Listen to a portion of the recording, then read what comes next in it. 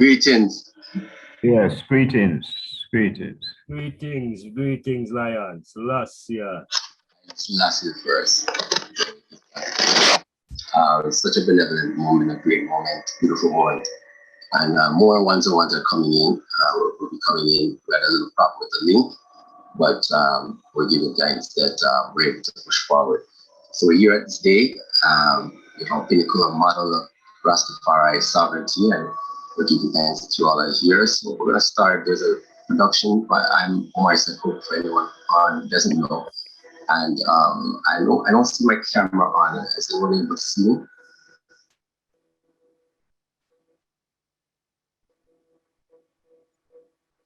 I'm just trying to make sure that you actually see me. Is anyone able to see me out there? Yes, no? Yes, we can see you. Okay. Yes, we can see you. All right, thanks. All right, so we're about to start just now. Our sister in Sunlight Selassie has done such a great job in assisting Maganja with this production and done a partnership. It's been very great experience. I'm looking forward to you all being able to take this in. And so I can apologize for starting late, but I want you all to take this and sit back and enjoy it. So we're gonna allow our engineer to start everything just shortly. Kian, is everything ready to go? See if he's on. Yeah, I just need to be enabled for screen sharing. That's happening right now. Do you need me enabled right now? I couldn't. I can see you now, Omar, but I couldn't see anything. Okay. I was saying that I can't even see myself right now. So greetings, Sister Fanai. Greetings, Brother Omari. Give thanks. What a beautiful day. Give thanks to the Most High for having us here. So it's going to be a wonderful, informative stream today. And give thanks for all who are tuning in. Yes. Likewise, give thanks. Sister Noni, are you able to go?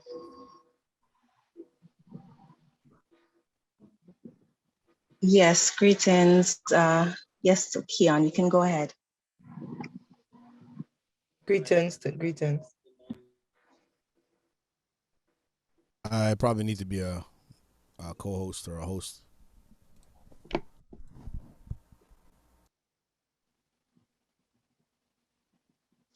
Well, are we prepared to start?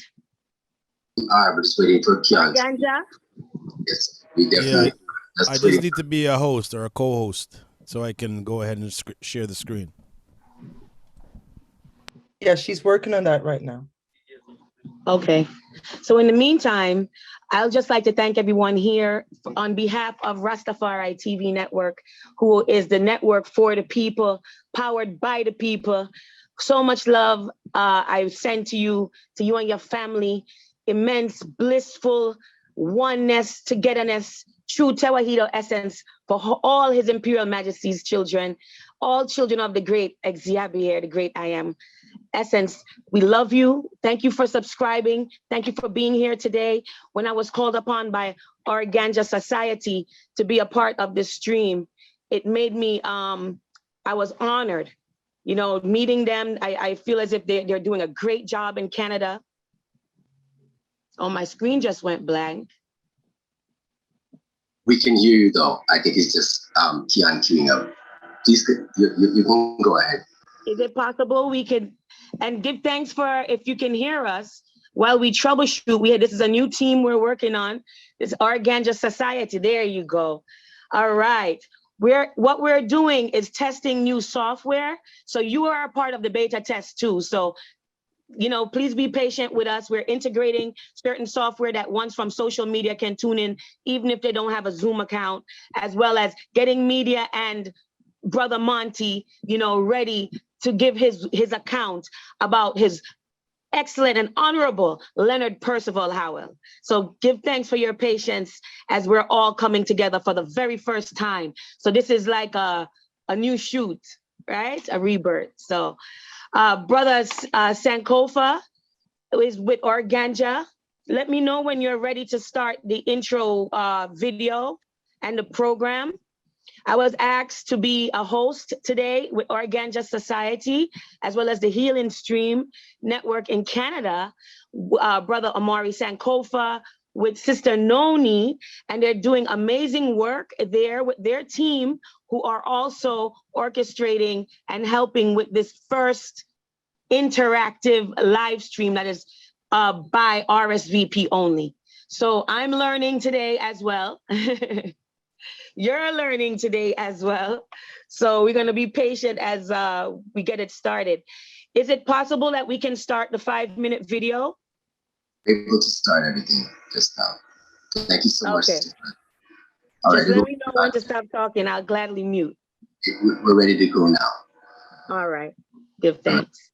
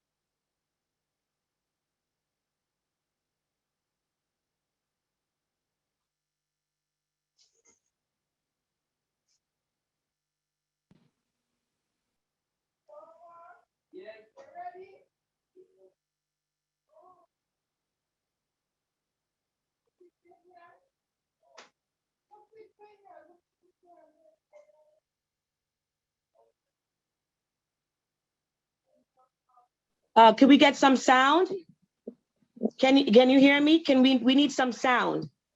On the back end here, just message you about the sound. Yeah, can you pause the video and restart? I am hearing you. Okay, now I hear it on this end, but I don't know if our other audience like me can't hear it from the Yes, we can hear it. We can hear it. There you go. I hear it now. Pull it back, please pull it back.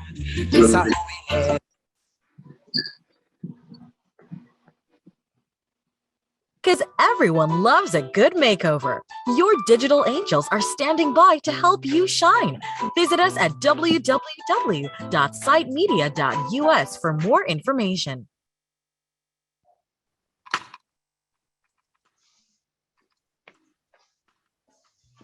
1939, the Honorable Leonard Howell founded Jamaica's first self-sufficient agro-industrial community in the hills of St. Catherine.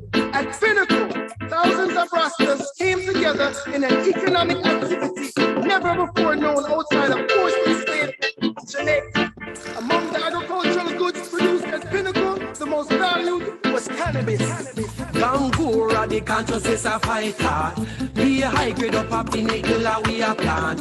This is how we live, this precious land. And them want take it away from the Rasta man. Them want deal with the cannabis. And a long time Rasta man a deal with this. Them say that we are landless criminal. Tell you straight and nothing subliminal. Kingston to Pinnacle, the Rasta man a word miracle. From Kingston to Pinnacle, the Rasta man a word miracle. From Kingston to Pinnacle, the Rasta man a word miracle. From Kingston to Pinnacle, the Rasta man a word miracle. Tracking from the east, this man never cease. Kingston is our deed. Don't have back a wall where we see. We trod onto Pinnacle. Even the King's Tabernacle. He teach us about Selassie and the holy hill of Gong Zion. From Kingston to Pinnacle, the Rasta man a word miracle. From Kingston to Pinnacle, the Rasta man a word miracle. From Kingston to Pinnacle, the Rasta man a word miracle. From Kingston to Pinnacle, the Rasta man a word miracle. Restore the Rasta land, back to the foundation. Remember foundation. organize and centralize. Then the war with the circle. I fear Echo and Jekyll. Give thanks with the youth. It is they who resolute. From Kingston to Pinnacle, the Rastaman work miracle. From Kingston to Pinnacle, the Rastaman work miracle. From Kingston. Give thanks and praises unto the Most High for preserving this heritage land. Pinnacle. The Rastaman work miracle. Give thanks.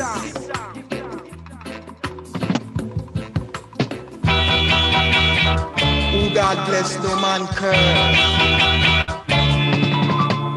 Chant down Babylon.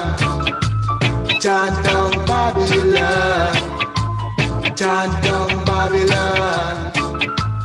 Chant down Babylon. We have come a long way, still got a long way to go. Though the road may be rough and the going gets tough. Poor people today have lost and can't find the way. Too much separation, exploitation day to day. Black people, it's time to realize. Chant down Babylon. Chant down Babylon. Chant down Babylon. Chant down Babylon. That is the right way, yeah. Yeah, yeah, yeah. That is the right way. We have come a long way, still got a long way to go. All the fussing and the fighting, Jehovah will help us, I know. Poor people today have lost and can't find the way. Too much separation, exploitation day to day. Black people, it's time to realize. Chant down Babylon. Chant down Babylon. Chant down Babylon. Chant down Babylon. I'm alright. I'm okay. You know that I will. Chant down Babylon. Chant down Babylon. Chant down Babylon. Chant down Babylon. Greetings, everyone. This is Omari Sankofa from Organja Society and the Healing Stream ecosystem. We give thanks that we have a benevolent partnership with RastafarI TV and Site Media and our beautiful and gracious Empress and Sister Sunlight Selassie. And we're putting on this 3-part series called Pinnacle, a model of Rastafari sovereignty. And this first part of the series is featuring Monty Howell, the eldest that is here with us of Leonard Howell's children. And he is going to give a bit of an account on his father, the beautiful things that have happened growing up against all the dark and horrible oppression that they went through. And I'd like him to introduce himself. For you, we have Brother Monty Howell, and it's such an honor. Please introduce yourself, Brother Monty. My name is Monty Howell. I was born in Ivory Green Crescent in St. Andrew, Kingston. I went to Pinnacle as a little boy, little baby, as a matter of fact. I was born in 1939, and we went to Pinnacle in 1940. I grew up there until 1956, when they had the final eviction raid and we were 10 out at Pinnacle. Growing up in Pinnacle, in the good times, it was a glorious place. We had the Ryakove River. It was pristine then. A lot of fish and shrimp and crayfish. We used to go fishing there. And a whole bunch of boys, sometimes 15, 16 of us, would play in the water. And we had these star apple tree and custard apple trees and mango tree lined the river banks. And it was such a beautiful, beautiful place. And the times when it was good, it was great. And until the police came in and destroyed it in 1954. What was it like growing up in the house with Father Howell, with his principles, the types of principles he had, and how did it affect you? I think, although in the early years, I blame him for a lot of things where I did not get a proper education as such, because I didn't enter school until very, very late. And I blame him for that. But I found out after I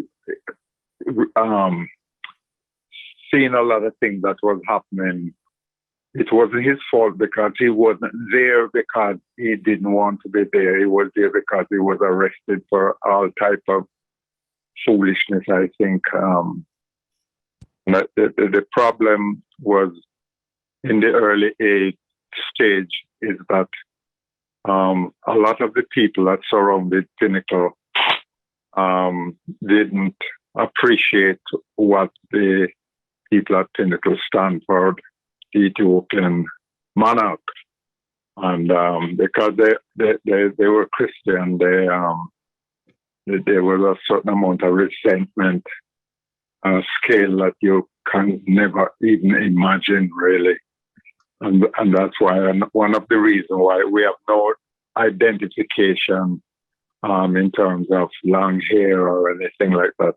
We couldn't grow no type of beard in Pinnacle, as I said before, because the surrounding areas, they were Christian and they totally was against any form of religion other than Christianity.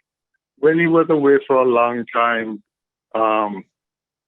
he always greet me by, pressing his jaw against mine. And his beard used to stick me, and I used to hate that, really. But he was just being affectionate. In the home, I think he was just like any average father. He showed a lot of kindness, respect. I learned a lot from him. My determination. He said, if you think about something that is good for you, go ahead, show a lot of respect and love to people, and then you will basically get it back in advance. I can go on and on about the respect I had for him, the admiration. He was very knowledgeable. He could direct you in a lot of ways. He almost have the solution to every problem, and I had a lot of respect and admiration for him as a father. Mark, he could be very abrupt sometimes and stern, and as a child, sometimes, I used to want to go to East Avenue to play with the kids, and sometimes he said no, and when no is no. And but I found him to be very, very knowledgeable, and I learned a lot from him as a person. I want to talk about in the face of all the hardships that he went through, what do you think was the driving force of his perseverance? What was it that kept him going, kept him persevering right through? That's a good question. I asked myself the same thing. Why he stand up to all that type of persecution? Why did he do it? Why he did it? I think he saw a lot of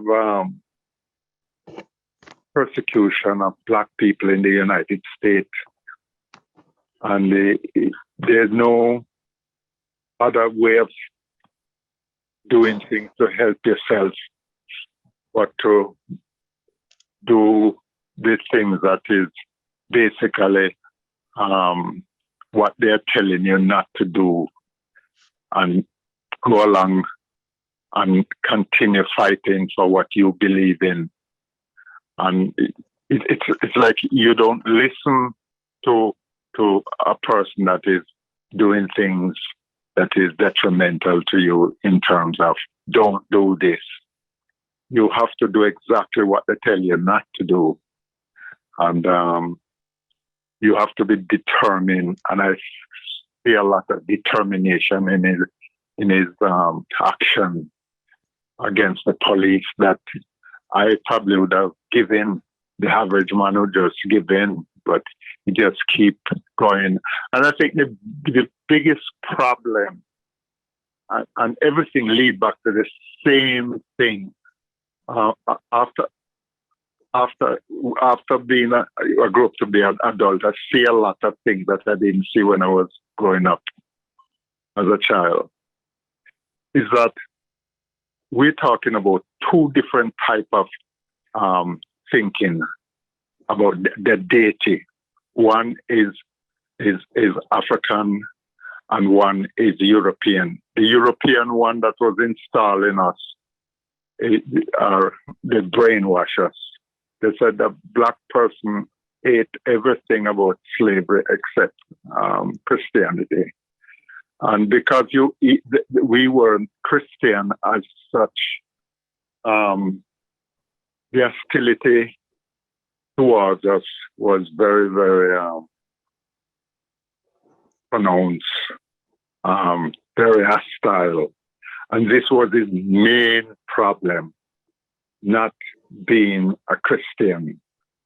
And I want to say something really quickly, because this is actually my next question. Just speaks to how great you are to speak to, and how great you are even to talk to about these things, because you went right into my next question, and how important was His Imperial Majesty to Daddy Howell, Daddy Gong, and what was really the way in which he not only gave the message of Haile Selassie, but also in terms of positioning Haile Selassie as the sovereign king.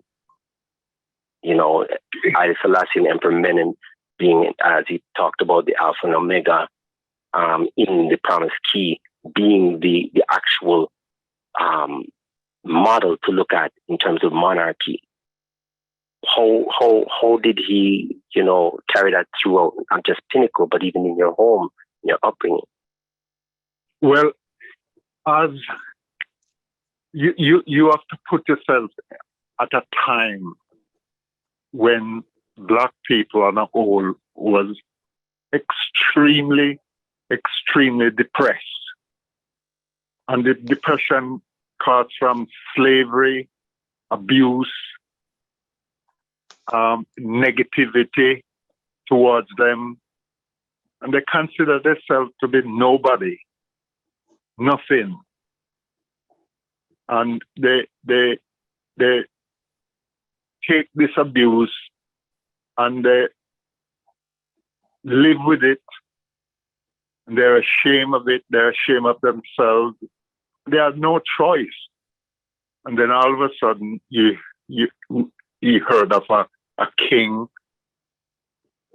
a black king. This is unreal because you have never heard of a black king throughout all the slavery period, plus up until the early 30s. And to him, this was a light that never existed before in his thought and dream. And it takes this to a different level now. It elevates him to a different level. And this elevation caused him to go out there and start to preach to these people that was extremely depressed in their action, working in the cane field in St. Thomas. And he started to preach to them about, in Africa, there's a country called Ethiopia. And it's in that is also in the Bible. And he's a black man, and they should think of him as the person that will uplift them out of this mental slavery and this mental depression, because it's one thing somebody tell you that you are so and so. It's another thing when you actually believe that you are so and so, meaning a negative thinking towards yourself. You think of yourself as less than a human being, and you accept the fact that you're nobody.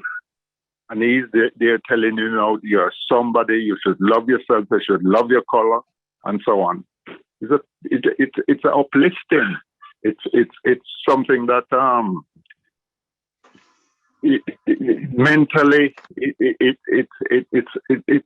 it's like food to your body. It's something that never existed before. And one of the reasons would say that this is one of the main reasons that the Imperial and Colonial forces went after him. Oh yes, because he's telling them that they should do so and so, and everything he's telling them to do is the opposite of what they want the black people to do in St. Thomas, work in the cane field and so on and so forth, slave labor. I mean, when I say slave labor, I mean the money that they were paying them wasn't enough for them to basically live on. They had some little shacks that they were living in, these shacks, and they sometimes they have little shop there where they buy their grocery and so on, sugar, and then sometimes they spend more money in the shop than what they were earning for the week. So they didn't have enough money to basically save or do anything. It was almost next to slavery. And this man come along and telling them now that they should, strike if they won't pay them enough money and so on. So he was operating against the system. And this was one of the other problems that they had with him as well, because he was operating out of the system against the system. This one goes out to the ancient teacher, Leonard Howell, the Godfather. Yeah, man, Leonard and the blueprint of Rasta. Enough people don't know that. Inform it, Mr. Man. Talk to them. Leonard Percival will influence the Bingo, say 12 tribe and Bobo. Leonard Percival will. The man says self-reliance, Rastafari skill. Leonard Percival will influence the Bingo, say 12 tribe and Bobo. Leonard Percival will. The man says self-reliance, Rastafari skill. 1898 born Leonard Howell. And the 16th of June, this prophecy fulfilled. Mr. Thomas was the name of Howell father, and the name of his mother was Miss Clementina. From Jamaica Jamaica Clarendon. This is a big discover. Check out the man contribution to Jamaica culture. The Rasta movement, him a founding father. Big up Leonardo will the ancient teacher. Leonardo will Leonard Percival will influence the Bingy 12 tribe and Bobo in Leonardo will Leonard Percival will. The man says self-reliance, RastafarI skin. Mr. O will make a travel up to New York City. At the time him was a youth who just past 20. When him reach New York, him find an intensity. Him never know that I go to New York City. Bigotry, racism, social oppression, personal encounter. Time have to make a decision to fight against racial hatred, social suppression. This is the informative history, man. Leonardo will Leonard Percival will influence the Bingy 12 tribe and Bobo in Leonardo will Leonard Percival will. The man says self-reliance, RastafarI skill. Mr. O will message if he reach the four corner. So him started to preach right across America. Influence a lot of people from all over America, UK, Europe and in Africa. W.E.D. Dubai, Dan Kwame Nkrumah, Benito Sylvian from outer Ethiopia, Bishop Johnson and Jomo Kenyatta. A lot more names you can check out. The other Leonardo will Leonard Percival will influence the Bingy 12 tribe and Bobo in Leonardo will Leonard Percival will. The man says self-reliance, RastafarI skill. 1932 return to Jamaica with a good message for all resident, social and economy empowerment. But him get a lot of fight from the Jamaica government. The man buy over 500 acres of land. St. Catherine, Psychoville, Iman overstand. Build a community for Rasta woman and man. Pinnacle Rasta first organization. Leonardo will Leonard Percival will influence the Bingy 12 tribe and Bobo. Leonardo will Leonard Percival will. The man says self-reliance, RastafarI skill. 1954 Bustamante set a plan. Send out police and soldier pan a operation. Burn down and disrupt Pinnacle foundation. Sentence a will fit 2 years on account of sedition. Amount of time in go prison more than 51. Babylon label him as a real madman. Every time them send him go to mental institution. Mr. Howell jump out in 1981. Leonardo will Leonard Percival will influence the Bingy 12 tribe and Bobo Hill. So through all these tribulations now, he decided to set up his own community, which is Pinnacle. Now, the other reason that the Imperial and Colonial forces went after Daddy Owl and Pinnacle was really ganja. That came after. Yes, that was the thing, because you see, if that allowed him to continue his work with ganja as well, he would set out a system where these people would be self-sufficient. They wouldn't have to go and work again out in the surrounding areas, like Cayman's estate, cutting sugar cane in that miserable sunshine with the sweat and the thing from the cane leaves cutting on the skin and everything. I don't know if you ever see a cane cutter, but it's wail all over his skin. You know, because you working in that sun out there, you're sweating on that there's fine needle type thing coming from the leaves of the cane, the sugar cane. It's horrible. To do that, I am not the type of person that have my father's strength. If I was born in slavery or have to live like that, I wouldn't want to live. I know I would sacrifice my life. I would end it, because that's as far as I'm concerned, that's not living. You know, you barely exist and you're dead. I wouldn't have the strength to do it. I wouldn't have the strength to do what my father did. The suffering that he went through, you know, the harassment, everything. I do not think that I could put up with it now. But the perseverance, I mean, the perseverance that you would have to endure being institutionalized both into the penal system and to the mental health institution, mental, asylum. Yeah. Being said back and forth to that, and to still come back strong each time, at least strong enough to gather himself and gather the people and be able to spread his message. You were practically almost born. I know you weren't born at Pinnacle, but you were born in the time when Pinnacle started, basically. I wanted to know, to your knowledge, because obviously you were small then, did Pinnacle start out on the same principles right through and kept the principles? And did it have the same setup, the self-reliance, the self-sustainability model from the beginning, to your knowledge? Yes and no. At first, there was a lot of problem in terms of we didn't have the fruits of Pinnacle that Pinnacle had in the 50s. A lot of it was planted, like the orange and grapefruit and tangerine and mangoes and stuff like that were planted in the early 40s. So this come into play in the late 40s and 50s. And the ganja really didn't start until I would say, I remember seeing a plant. I don't know if I think I mentioned it to you about they were watering this plant. There were several plants really.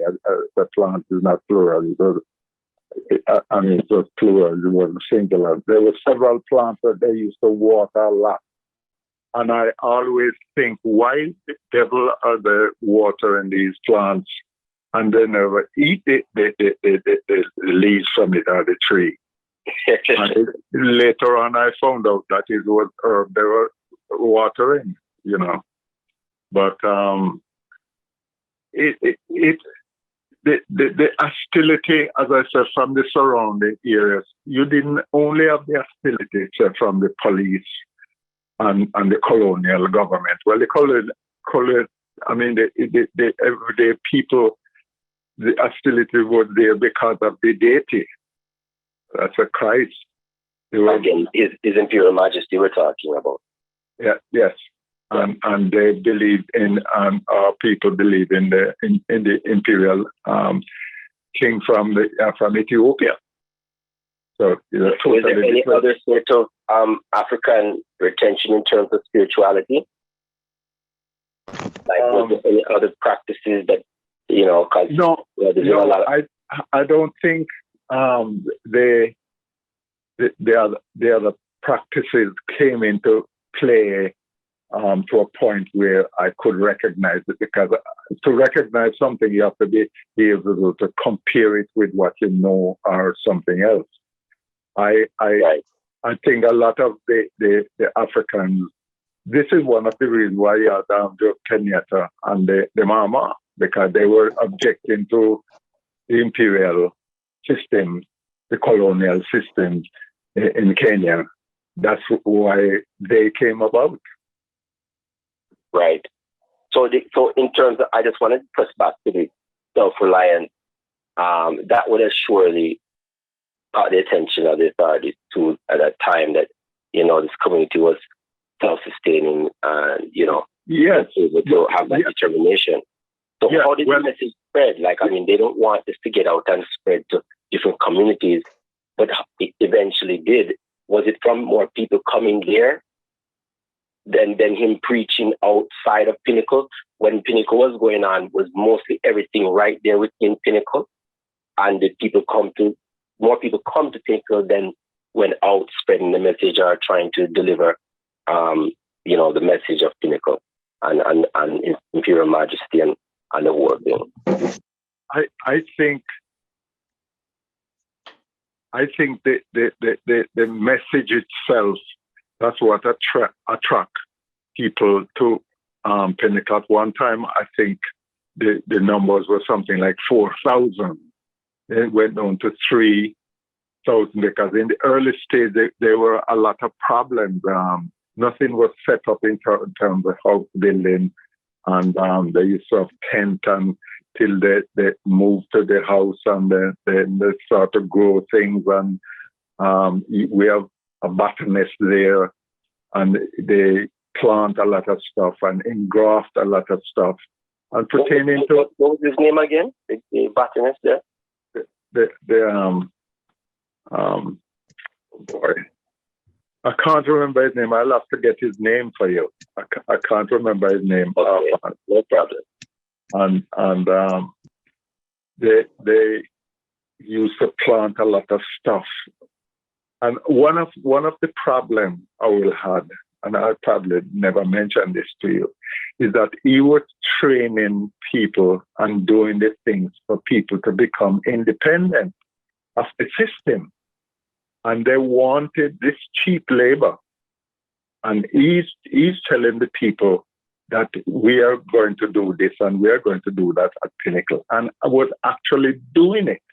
So he take away that labor force from the colonial authority, and they resented this because they depend on that labor force to have the sugar cane get into the factory that they can make sugar to export it. So he was training them. This sort of really mess with people like Alexander Bustamante. They would have hated this. Yes, well, that is one of the reasons why Bustamante hated my father so much. I mean, he really, and as a matter of fact, Bustamante, about three weeks before or 3 months before, I can't remember exactly, because there were a couple of young men that used to work for this Watt. This meeting is being Watt recorded. is the one that was supposed to have bought Pinnacle, or Watt is the one that wind up gaining access to Pinnacle.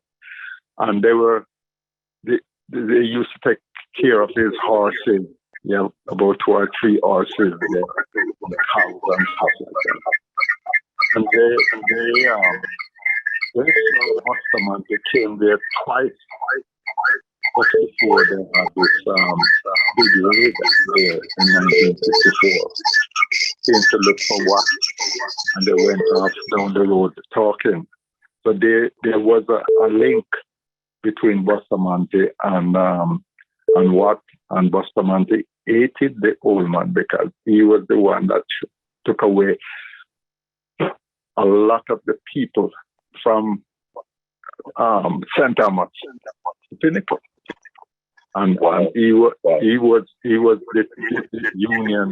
He was sort of the one that used to get all these people to work on the sugar estate, cutting the sugar cane.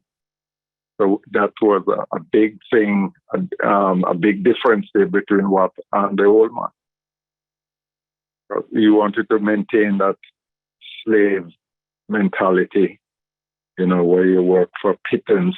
Under my father, he took away all these people to Pinnacle, and if he had been left alone, he would have create a system in Jamaica that would be emulate. People would emulate the system. I wanted to ask you lastly, your vision. I know you're such a great person to speak to because you basically answer most of the questions already. But I wanted to ask you about, you've spoken to what you can see things being right now. And I'm going back to ganja. I know it's not just about ganja, but we know that was one of the big persecutions. And we see now how this, they want to say cannabis, they don't want to say ganja. They leave ganja, by the way. Maybe you don't know this, but if you try to type in ganja, the most serious application, they've blocked the word. Even on social media, you can't even put a hashtag. Hashtag is basically a marker tag. where everybody could find that topic that is not actually even allowed.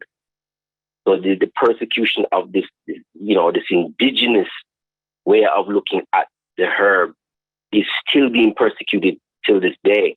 And you've seen all these companies amass these billions and billions, now probably trillions, out of the same thing being legalized. What is that? Like, how do you even deal with that or confront that, seeing all of what your father had gone through and all those benevolent people there at Pinnacle? When you see all it's the same thing that they used to do in like the British in China. I don't know if you know about. They used to get stuff from China and carry to Europe. And when the Chinese them got smart and start to do it themselves, they used to seize their ship and do different things. They built up a system where they persecute you for having herb, and today they are selling it. The government is involved in it. So that alone, that double standard, it makes you think where they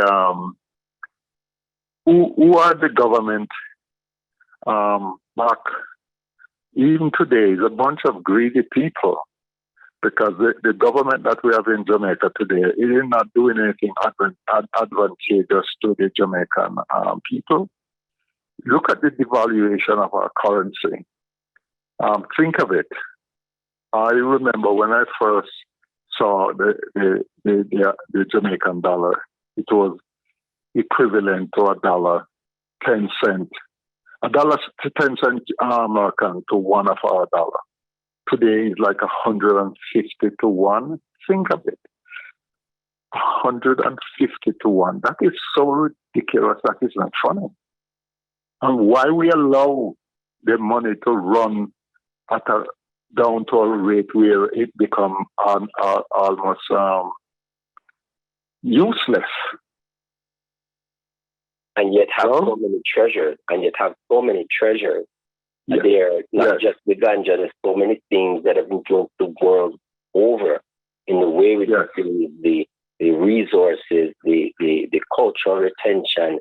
All of those things have become gems throughout the world, and people have taken it and extracted from it and done what they've wanted to do with it and made so much money. Yes, and the medicinal value as well.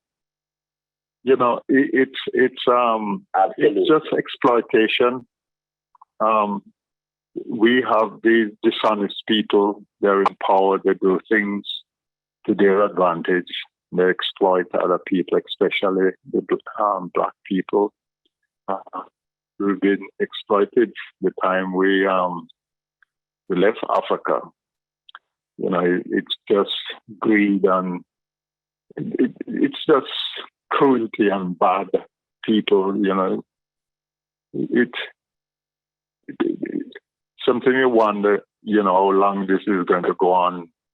And all one can do today is take care of yourself and look out for yourself, because you can't depend on the system.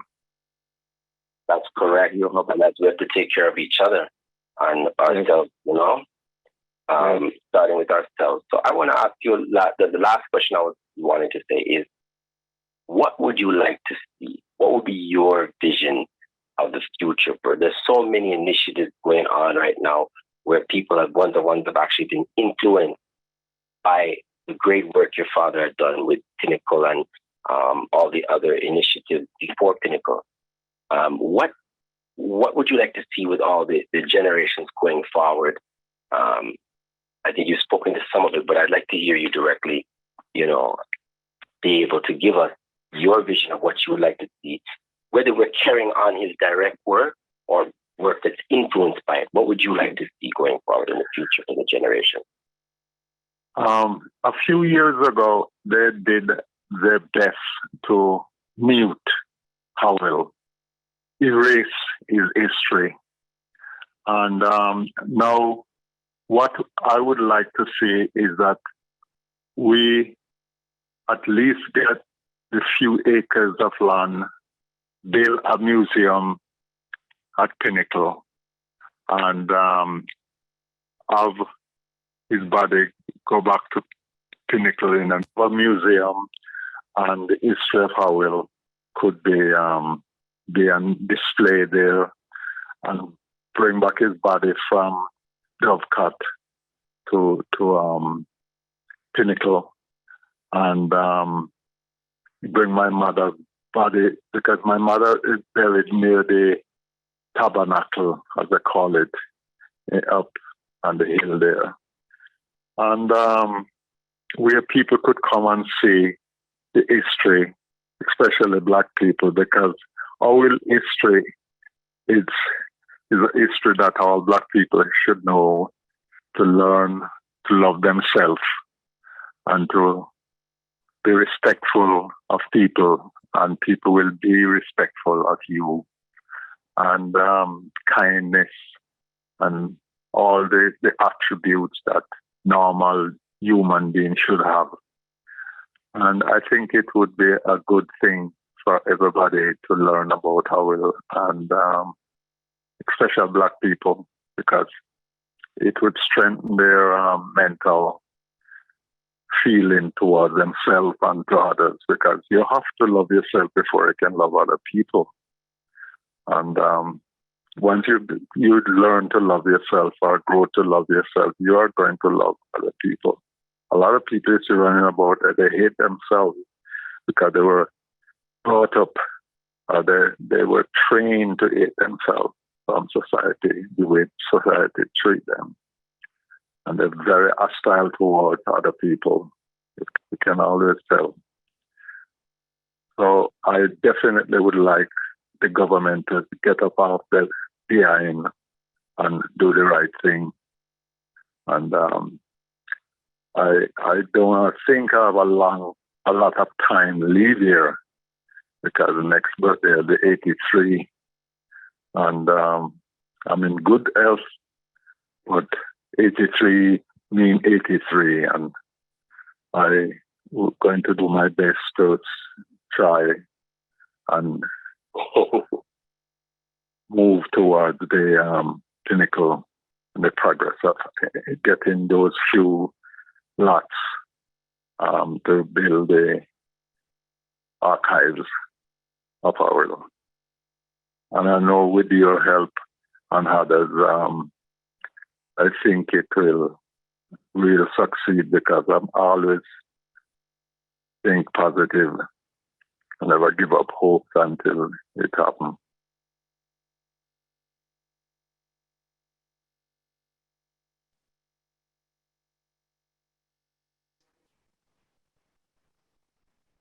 Yes, we give thanks. Thank you very much, Tian.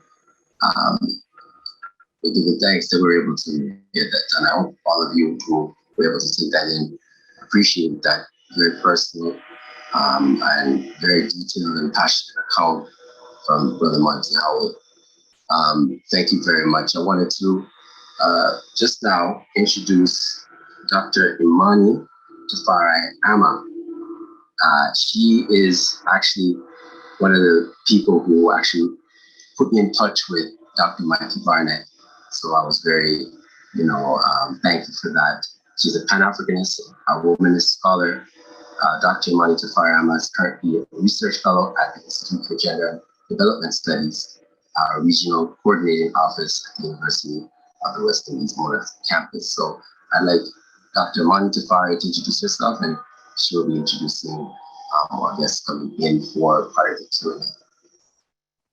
Okay, greetings everyone and welcome, and very happy that you could join this Zoom today to focus on Leonard Howell I, Rastafari.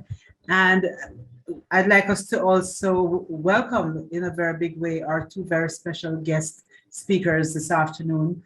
Our own Miguel Lorne. He is an attorney at law, a publisher, the owner of Head Start Books and Publishing, and also he's the General Secretary of the Marcus Garvey People's Political Party and Honorary Director of Organja Society. He is no stranger to activism and to the explanations about Leonard Howell and his role as a pioneer of Rastafari in Jamaica. He'll explain much more about that in a little while. Dr. Michael Barnett is our second guest speaker, and he is a senior lecturer in the Department of Sociology, Psychology, and Social Work at the University of the West Indies. His focus is on African diaspora studies and critical race theory, and he's a big advocate also of Leonard Howell. He has written, co-authored a book called on Leonard Howell, looking at the work that Leonard Howell has done, called Leonard Howell and the Genesis of Rastafari. So he will also be one of our special guest presenters this afternoon. First off, to Brother Miguel Lorne. Thank you so much, Dr. Imani TafarI. Brother Miguel, are you there? You can tilt your mic.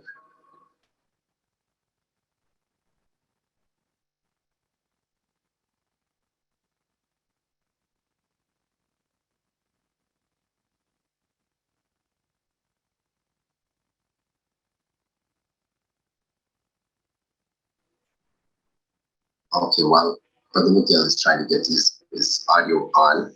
I think I'm going to ask Dr. Barnett if he can start with you. Yes, I think you can hear me now? Yes, you're all right. now. Very good, very good. Give thanks. Brother Miguel, we want you to speak a bit about introduce yourself and speak a bit about your personal journey, learning, sharing, and contributing to the cause of Leonard P. Howell. And then I'm going to ask you a few questions based on the themes of sovereignty. So go ahead and take it away. Well, when you talk about personal journey, it couldn't be more recent than last week, Thursday, the 24th of February, where when I listened to some of what Monty had to say, when I listened to some of the clips that you played, especially with Brother Alvaranga earlier on when we started the program, when I heard all of that, it was no different from what I saw last week, Thursday, when we organized a rally and a march. We organized a Black History Month rally at the St. William Grand Park. And also to have a march down King Street and to go down to the sea to hail and honor and show and pour libation for our ancestors. A simple event. We wrote to the police, we got permission from them. We wrote that they have set up a new entity now called the ODPEM, Organization of Disaster Risk Management, and so on. And we were directed that they were now in charge of all events since COVID. And we wrote to all these people, we got clearance to keep our event at the park and to do our march and so on. But despite this, because they had heard beforehand that we planned to demonstrate in front of the DPP's office, the Director of Public Prosecution's office, for her disrespectful and hateful ruling in the Nzinga Candace King's case, where she has ruled that Candace King was the one responsible for taking her locks off her head. And we are not in agreement with that. So we wanted on our way down King Street to stop and demonstrate outside her office and then continue our journey. The police came in full force at the St. William Grand Park, full force, led by a man named Felix. I think he might have been a deputy superintendent and so on. Yet the documentation I had indicated that who the officers I was to liaison with, and I called them. The officer told me who. Never mentioned Felix, but Felix and his squad, which seems to be some sort of a draconian squad, they came to the park and prevented us from even starting when we showed him our paperwork. was vexed and mad, and a squadron of police came to the park. And we were scheduled to start at 1 o'clock. We didn't get to start until 3 o'clock. I had to walk down to the Kingston and St. Andrew KSAC office at Church Street. I met with the mayor, the deputy mayor, and the CEO, all three of them. When I went down there, showed them the paperwork.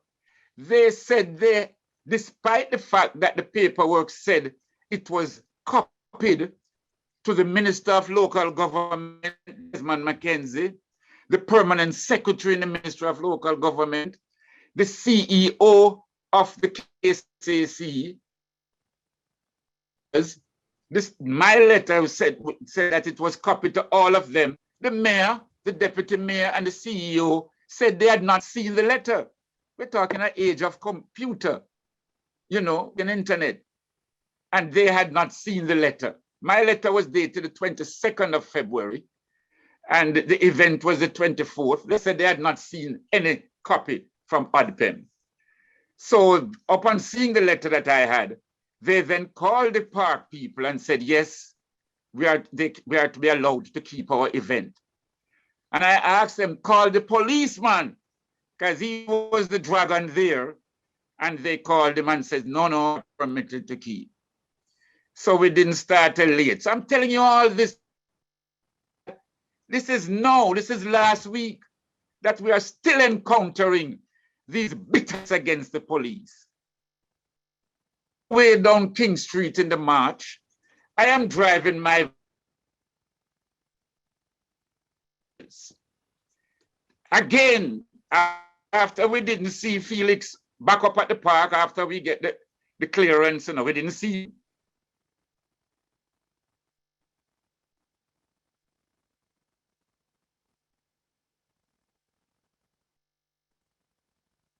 Clearly, he wasn't there now.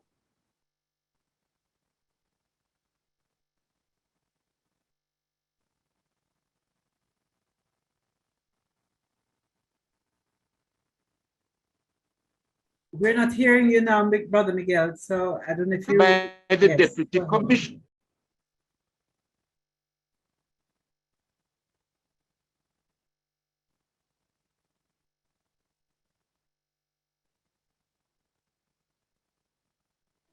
We seem to have temporarily lost Brother Miguel, so we'll do the technical necessaries to get him back. He's back in just now. Actually, he's muted. Tell him to unmute. He's probably pushed the button by accident. Yes, Brother Miguel, you should unclick your mute button. Make sure your microphone is open. Yes, am I now unmuted? Yes. Yes, go ahead, Brother Miguel.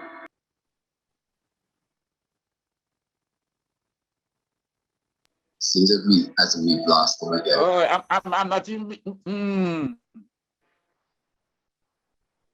Yes, I don't know if you're all hearing me now. Yes, maybe. Yes, we are hearing you. Take your video. Take your video. You can take off the video beside the microphone. Just click off the video, and the audio will come through a bit better. Okay.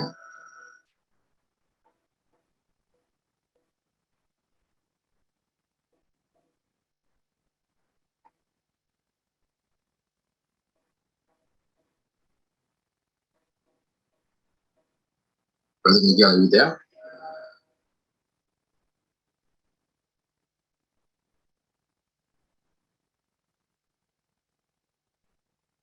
All right, no worries. What we'll do is we're gonna go through with Dr. Barnett, and then we'll bring Brother Miguel back on afterwards. So Dr. Barnett, if you're there, please come in and you can introduce yourself. And Brother Miguel, if you're hearing me, what we'll do is we'll bring you in after Dr. Barnett. Are you there?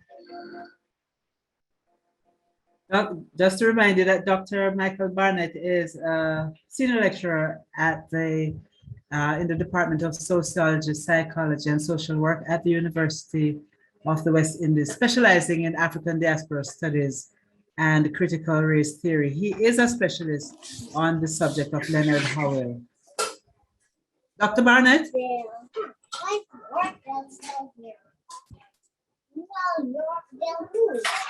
It's such a big building. There's many buildings in it. Welcome. Welcome, Dr. Barnett. Go right ahead. Yes. Everybody is seeing me all right? Yes, Dr. Yes, we see you and we hear you.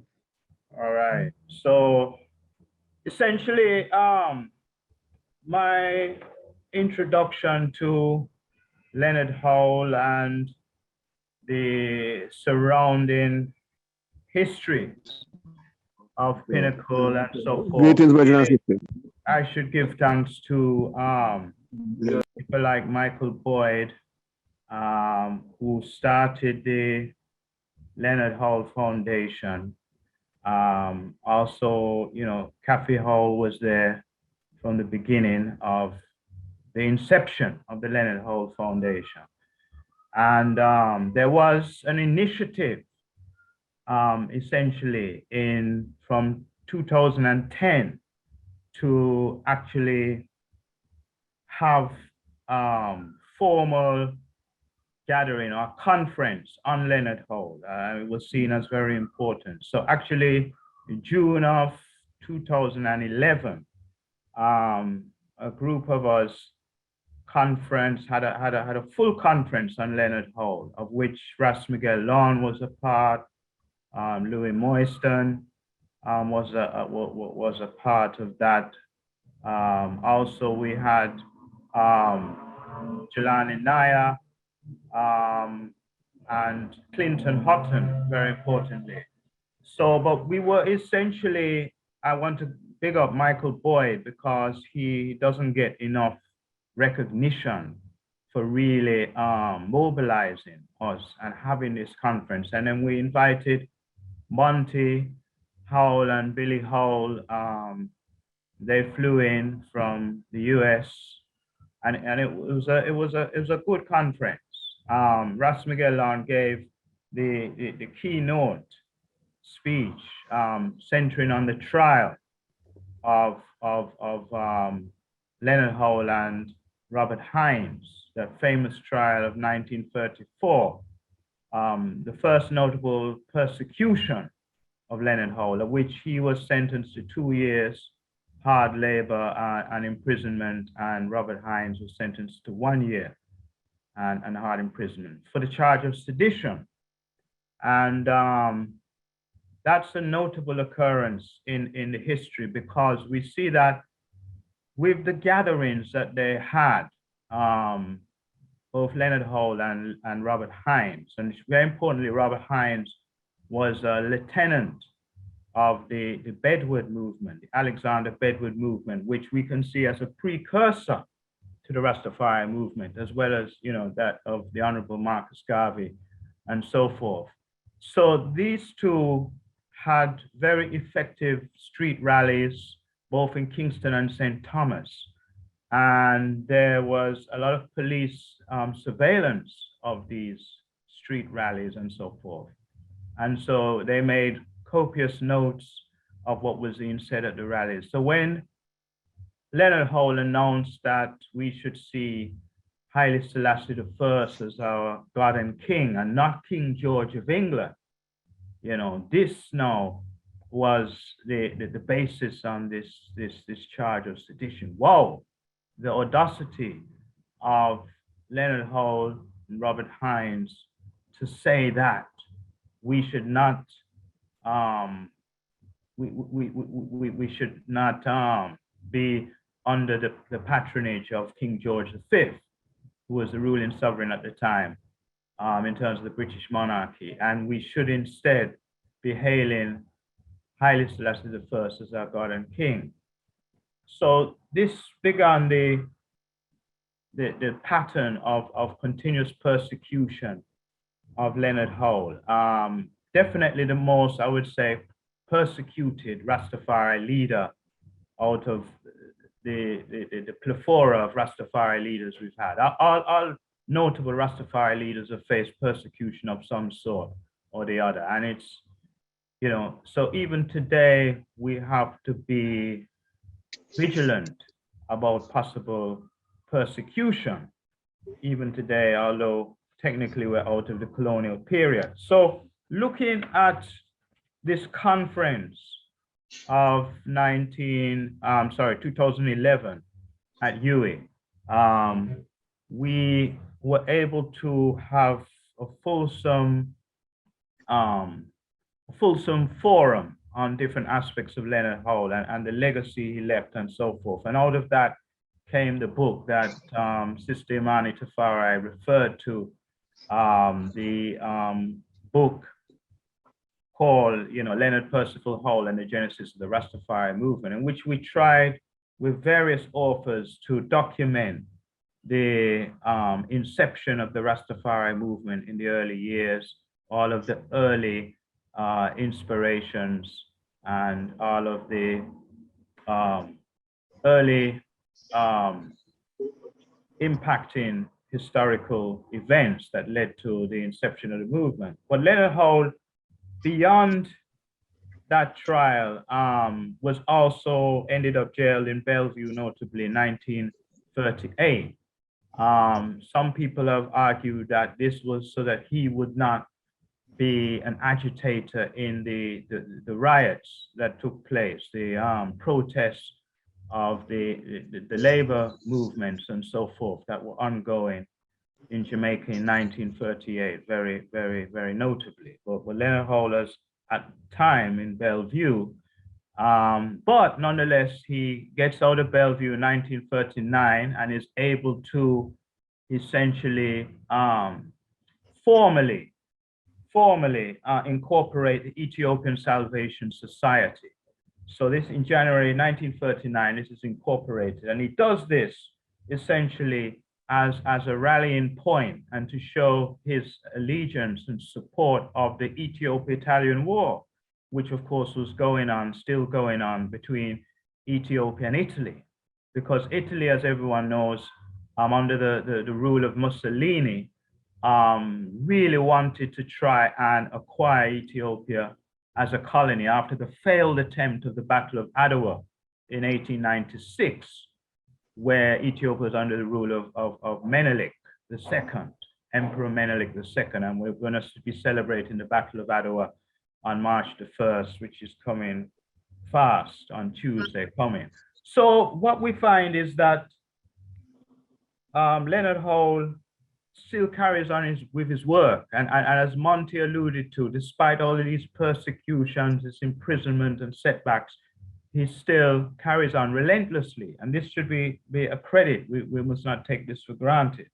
The immense pressure and persecution he's under. So that in January 1940, notably on Ethiopian Christmas, 7th of January, announces to his congregation he had great news that their largest state would soon be at the disposal of Rastafari and those who were interested in exercising their freedom and their sovereignty. And formally, actually, on the 25th of April, 1940, Pinnacle was purchased by Alfred Chang for the price of £900.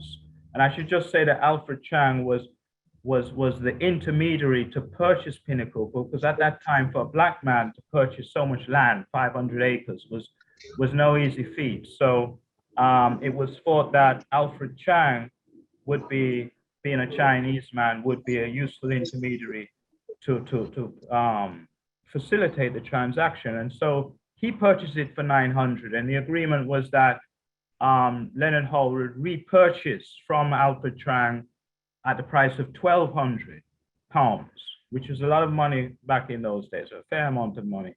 In other words, 1,200, so that Chang would obviously make a profit of £300. What is on record is that Howell did give a down payment of £800. That is on record. And so there was a mortgage arrangement, if you like. And this was what I must emphasize prevented the authorities from formally evicting the Rastafari community for more than a decade and a half. So the community at Pinnacle was never a squatter community. I must emphasize that, because there seems to be a lot of different narratives out there, and people think that man just go out the land and capture it. No, money was spent and the land was legally bought. There was an arrangement. I just want to emphasize also, these are colonial times.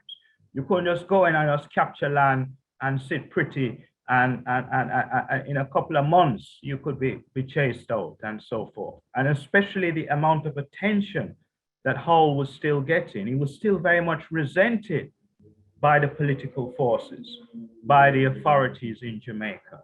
So even when the community settled there from the start of 1940, a notable incursion and a disruption to the peace and tranquility of the community happens from as early as 1941. And I just want to make note of that, because I don't want people to think that the community was just there undisturbed and so forth, and actually accepted by the wider society. No such thing.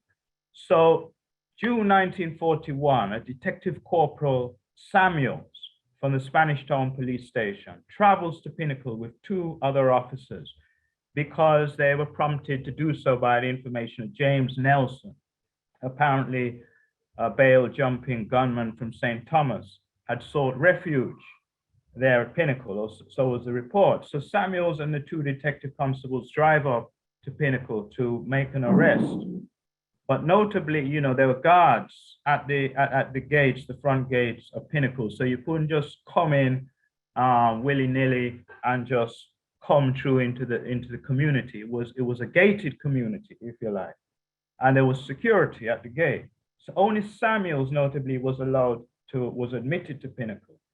But Howell dealt with him rather sternly. He let him know that in no uncertain terms could he come here and make any demands, that Pinnacle was a sovereign community, and that in no uncertain terms, Mr. Nelson would not be handed over.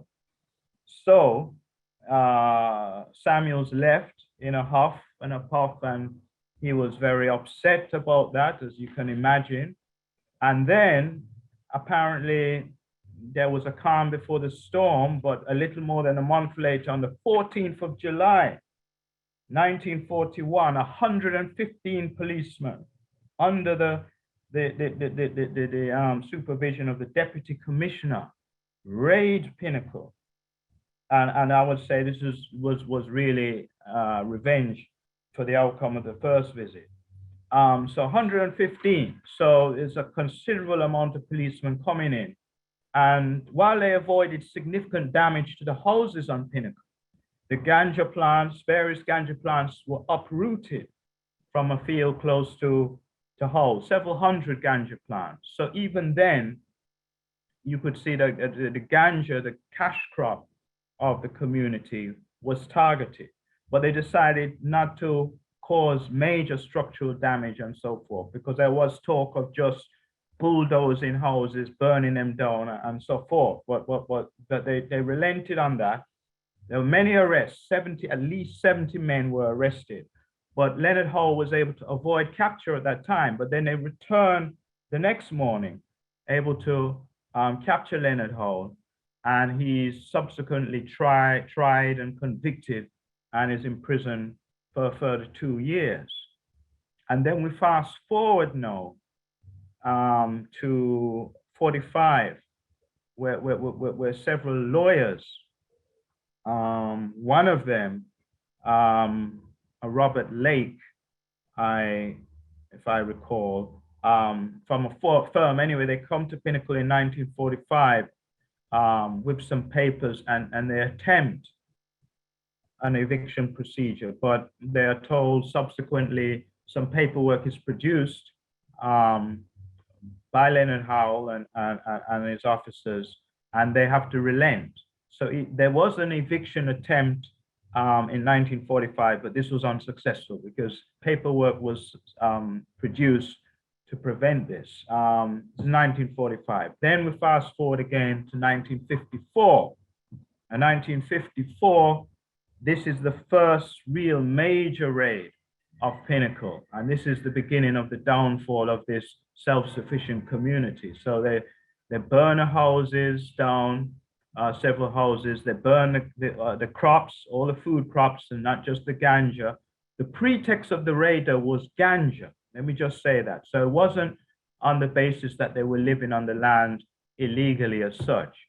But that ganja raid really did disrupt. That was a major disruption of the community. That was 1954. So Bustamante was still the ruling premier at the time.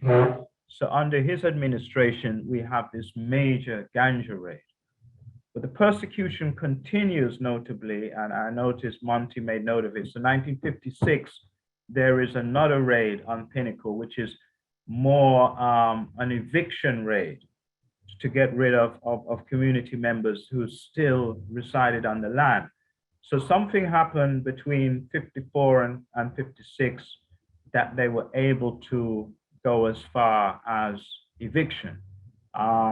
There's talk that in the first ganja raid, the paperwork for the property of Pinnacle could have been confiscated by the authorities or could have been burnt in the fire because, you know, the Great House where Leonard Howell resided was significantly damaged in that raid of 1954, as well as many of the other surrounding houses. But nonetheless, so we have an eviction raid 56, and there's even a subsequent incursion into Pinnacle because you had some people, a few stragglers, if you like, who were still living there.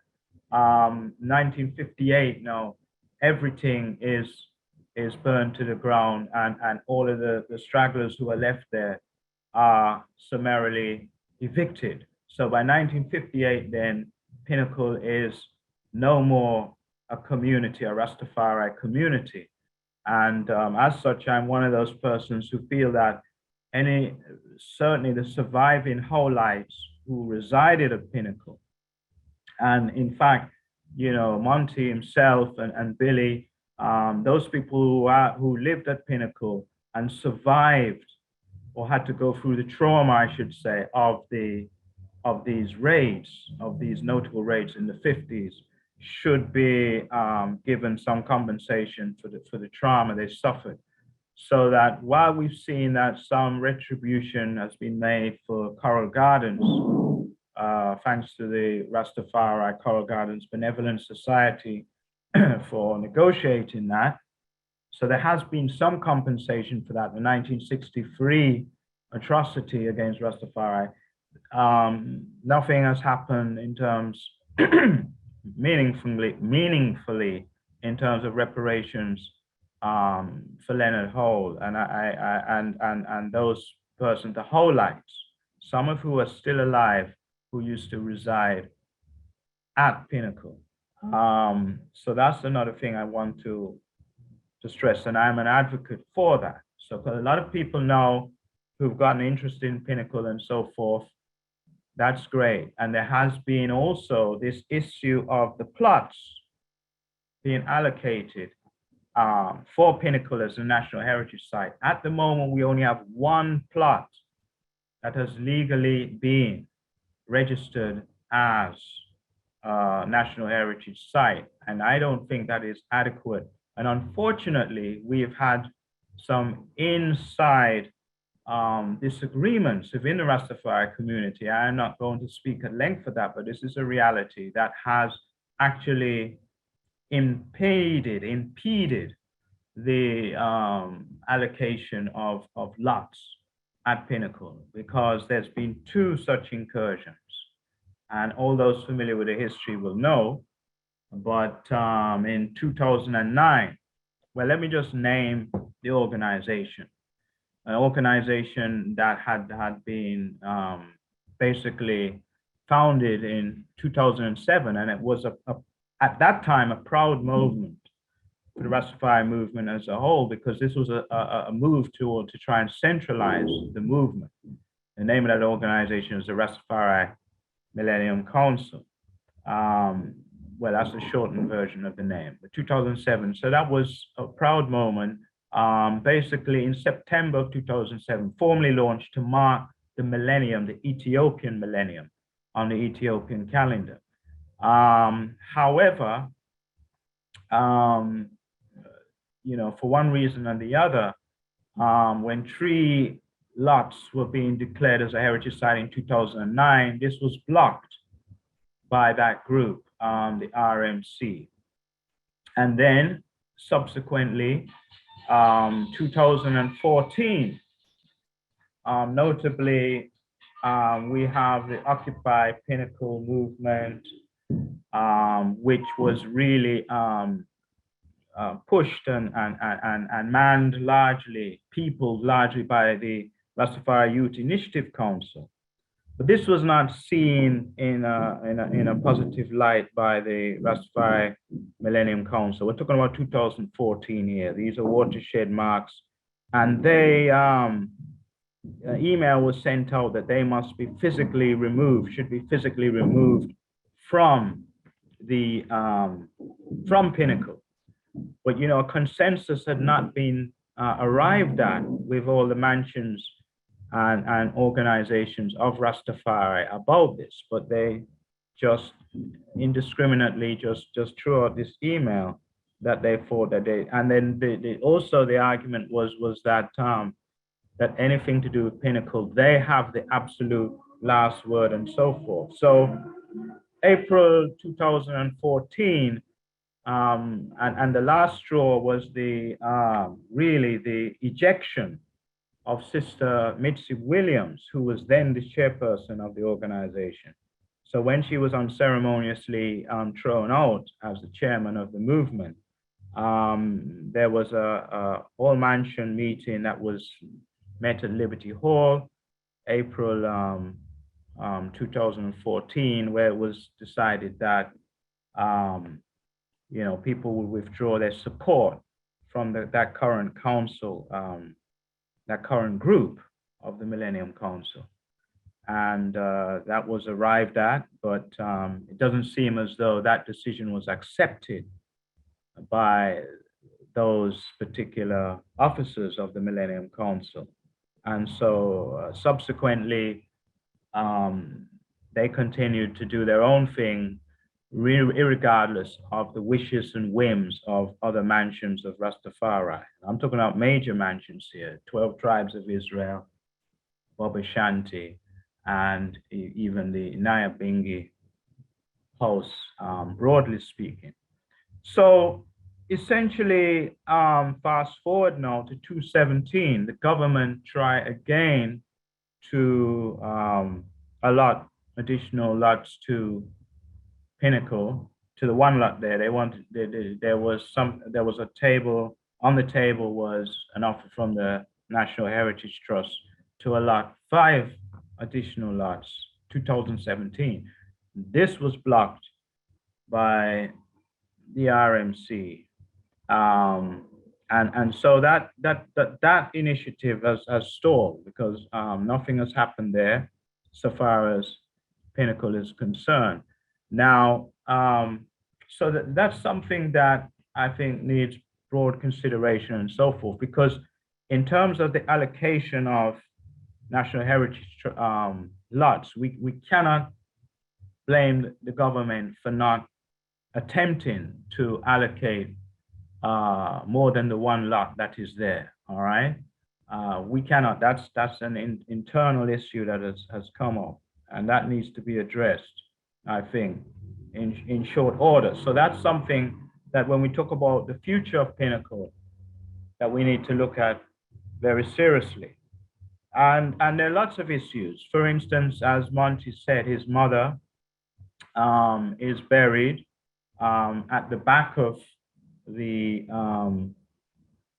at the back of the where the tabernacle presently is, and that burial spot may just be outside of the one lot that is prescribed. So that burial spot could technically be disturbed. Now let me just say that without that heritage site proclamation, there is no basically, without that proclamation, there is no protection from the land being disturbed by the developers and so forth. And the land still remains in the hand of the developer. developers, the Lake family, and legally they are able to do anything they want to with any of the other lots that remain unallocated. This is a reality. So I don't know why people are just sitting on the fence watching and seeing what happens. And we have things like the bakery, and we have things like major burial grounds. There are 3 burial grounds, major burial grounds at Pinnacle, which could not have been in place, by the way, if this was a squatter community. Just let me just say, you have 10 chains, you have a 3 major burial grounds. So those deserve to be protected. And under the 5 additional lots, they would come under some kind of protection and not being disturbed.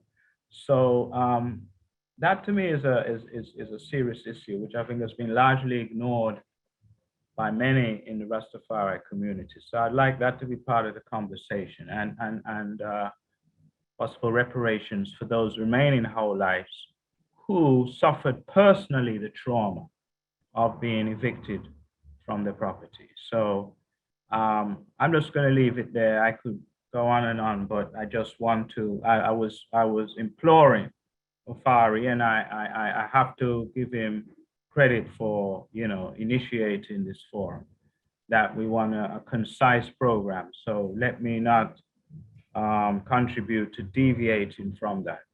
So thank you. I want to thank you, Dr. Barnett, for your graphic contribution and that timeline that you wove, tracing the legal tribulations that Leonard Howell experienced.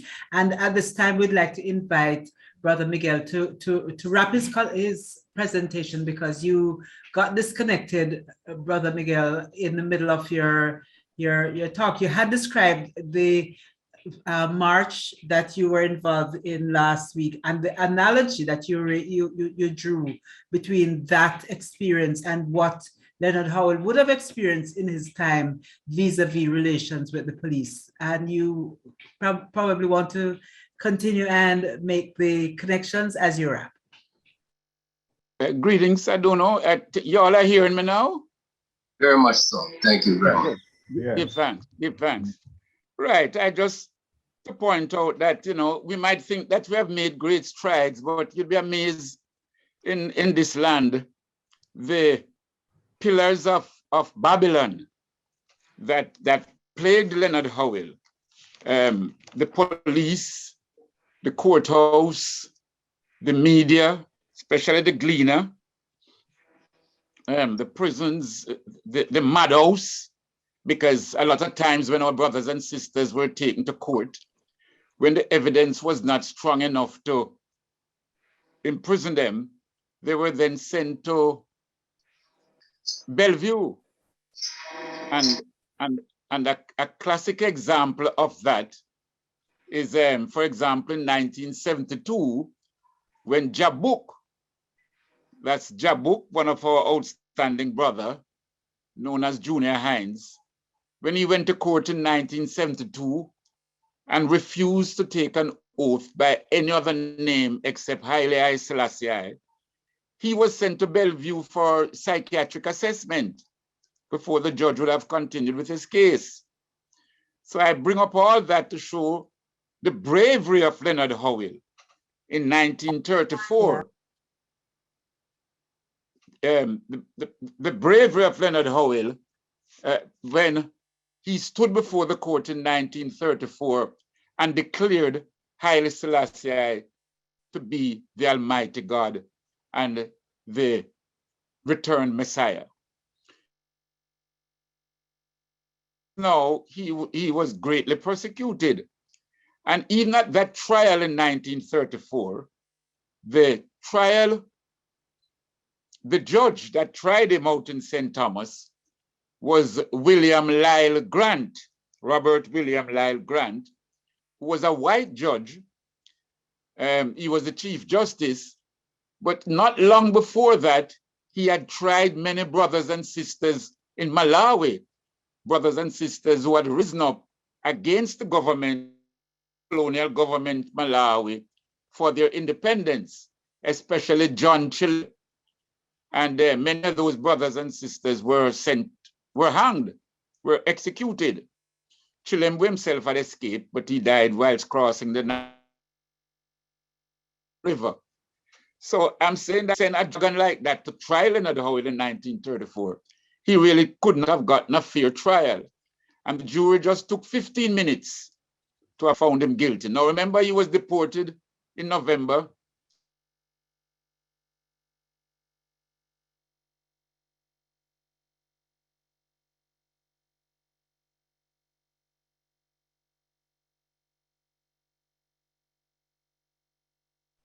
Seems that we have lost Brother Miguel once again.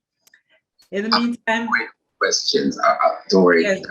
I'm going to go into the questions. Yes, Brother Sankofa, you could bring the questions forward that you'd like to pose to Brother Miguel and Dr. Michael Barnett, and have them consider that. Yes. Thank you very much. Brother Miguel is back. Yes.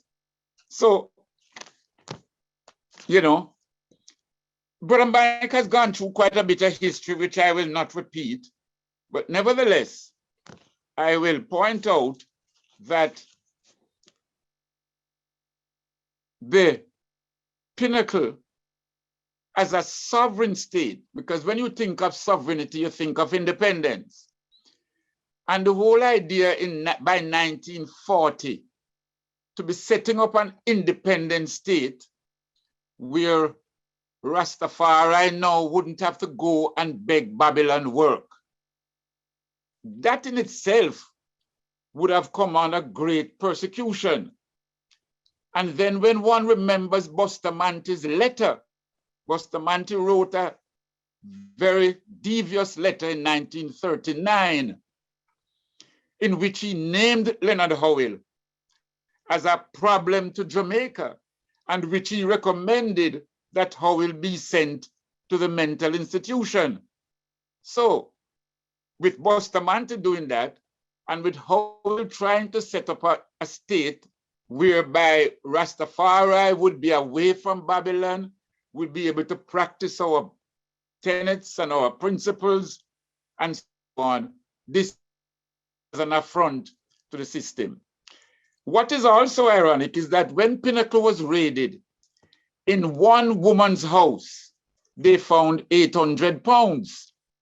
Now, other people's houses were raided and lots of money was found. So it was a self-sustaining community.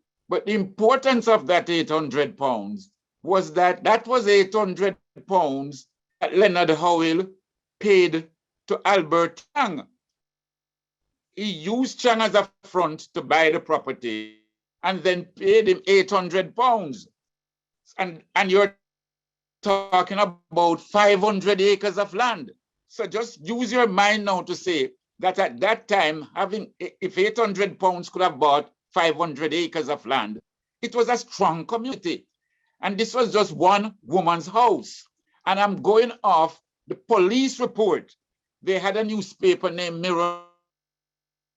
And in their report, in their newspaper, they list the amount of money they found. And you know, police from that time to this time, whatever they put as figures, you multiply that by 3 to get an accurate account. They were no different then, especially when they were under the white man, and they are no different now. So, and what's everywhere that Howell set up his camp, he raised the red, gold, and green flag. At Princess Street, he set up a little camp there when they had rushed him out of St. Thomas. For a while, he sojourned in Kingston. At 108 Princess Street, he set up camp there. And once when they organized a feast, they raised the red, gold, and green flag. The police and citizens went there, burned down the flag, burned down the flagpole, stole all the food, and brutalized the brothers and sisters there. So that encouraged Howell to realize that he can't stay in the city. They had a bakery at Bond Street, which is downtown also, and they had interest in the city. But then he realized that the city was too clogged up for his movements. And so that was how they went all the way up at Pinnacle in St. Catherine to set up on this land which they bought. And even there they were persecuted. But you know, despite all of these raids, 54, 56, 58, and I should point out the 58 raid is very important because by then now they burnt down a lot of them and so. And many of the brothers and sisters that left Pinnacle in 58 went down to Baca Wall. Baca Wall now is where, beside Tivoli Gardens, and where Prince Emmanuel had set up the camp or the Bobo Shanties, and where Prince Emmanuel had called a great convention in 1958, which was attended by nearly 5,000 Rastafarians. And when they marched St. William Grand Park, the same park which they wanted to chase us out of last week, Thursday, that was where Prince Emmanuel was arrested. And he was taken over to Central, where he was almost beaten to death. And of course, he was charged for treason and sedition also, which was a thing of many early Rastafari and strong Rastafari brethren. So in terms of Pinnacle being a sovereign state, an independent state, a state where you fly a flag, a state where you had to come through a gate to enter, a state where Howell referred to himself as Guru Maharaj, which is the Hindu name for King of Kings or Holy King, and running it like a state, you would draw the ear of the Jamaican society. And they would do everything to have mashed down Pinnacle, because that was much too independent for them, to have mashed down Howell, who was setting up that independent structure way out of their sight and so on. And it wasn't just ganja alone grown there. They were growing peas, corn, lots of things from persons that I have spoken to. They were making shoes, they were making whitewash, they had livestock, they had chickens, goats, cows and all of that running up there and so forth. So it was a self-sustaining community, brothers and sisters. And whilst they were doing that, Leonard Howell had places in Kingston where he would carry out his commercial ventures, where people would come to him, where he would provide medicines to heal people, right in front the Central Police Station on East Queen Street, on the opposite side of the police station. He had his office there. He also had an office out at Outlook Avenue, Kingston. So that's where he carried out his commercial ventures. But you know this was too much for them. So that was how to earn his money and so on. So brothers and sisters, yes, it was a self-sustaining community. Yes, it was trampled upon by Babylon. And that to a great extent, when they didn't have enough evidence to send him to prison, they sent him to Bellevue. But he consistently, Pinnacle survived up until 1981. Up until 1981, brothers and sisters were living at Pinnacle, Howielites. It was a court order that eventually removed people like Edgar.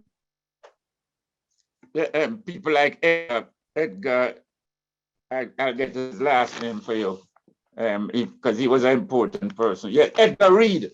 Not until 1981. And Edgar Reed, when Judge Parker at Spanish Town asked him whether or not she, the judge, was up, because he told her that Howell's land is from to shore, from sea to sea. And when she said, "Am I sitting on Howell's land?" he said, "Oh, yes, Your Honor. You are on Howell's land, our father's land." So that was not just Howell, but the Howielites. They had a bravery, they had a confrontational approach, never bowed, and they stayed strong right throughout. And that is what gives us today the power to carry on. Thank you so much. Thanks, brother. Thank you so much.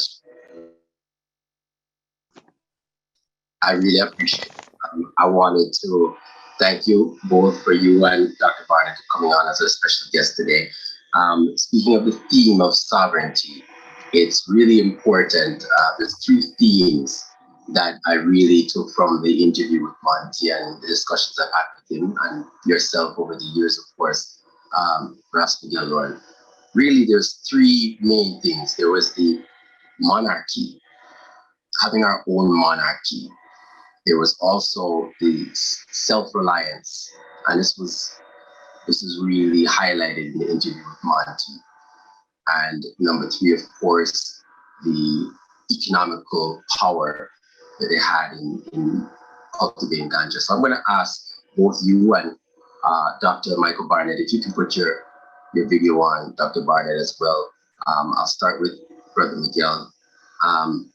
What to you was the significance and the strength in having our own monarchy, that Howell was preaching us, having our own monarchy? What do you think was really the significance for the people at that time?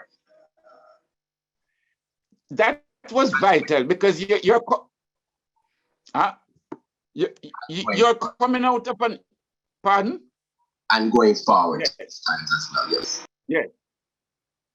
You are coming out of an era of white colonialism, where the people were praising white, they saw white people as superior to them. And they were praising a white Jesus, a white God, a white spirituality. This was one of the reasons why Howell got persecuted the way he did, because he made it clear that his God was the God of Ethiopia. His monarchy didn't come out of England, came out of Africa. And so they took look, no, they have taken a hatred to that now in 2022. So picture how they would have reacted in 1938, 1934, if they hated so much now. And that's why I mentioned Jabuk case in 1972. How dare you say that Haile Selassie is God? He's the returned Messiah. In 1972, that's all the man did. And the judge, U.D. Gordon, sent him to Bellevue. He had to be certified sane for him to come back to court. So in the 1930s, that a white judge now, William Robert Lyle Grant, a brutal judge who just come from Malawi in sentencing black people for fighting for their independence. Anybody now preaching the black God concept, because that's where sovereignty starts, as to how you see your holy spiritual leader. Anyone preaching that concept would either be in prison permanently or at Bellevue permanently. And that's how important it was now. And then I will go far. I will tell the people, have nothing to do with King George. King George is such and such. How will write? The Pope in Rome is the devil. These are the things that Howell preach. So anything white, Howell was bitterly against and trying to shore up now black dignity and black glory. So, you know, we are very proud of him. We stand strong with him, because that has set the Mecca for us. And whatever he went through, my brother, in time to come, you know, he himself said it. He said, I'm a hero. I was born, I'm innocent. I was born a hero and I shall die a hero.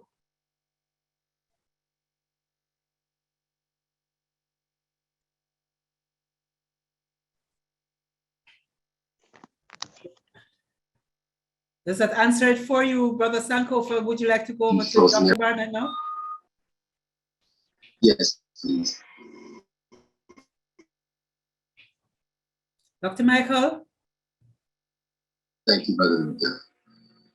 Yes, so the question was again, how important was sovereignty? How important was the monarchy to sovereignty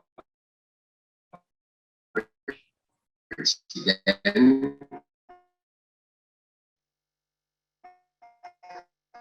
And sovereignty now, having our own monarchy.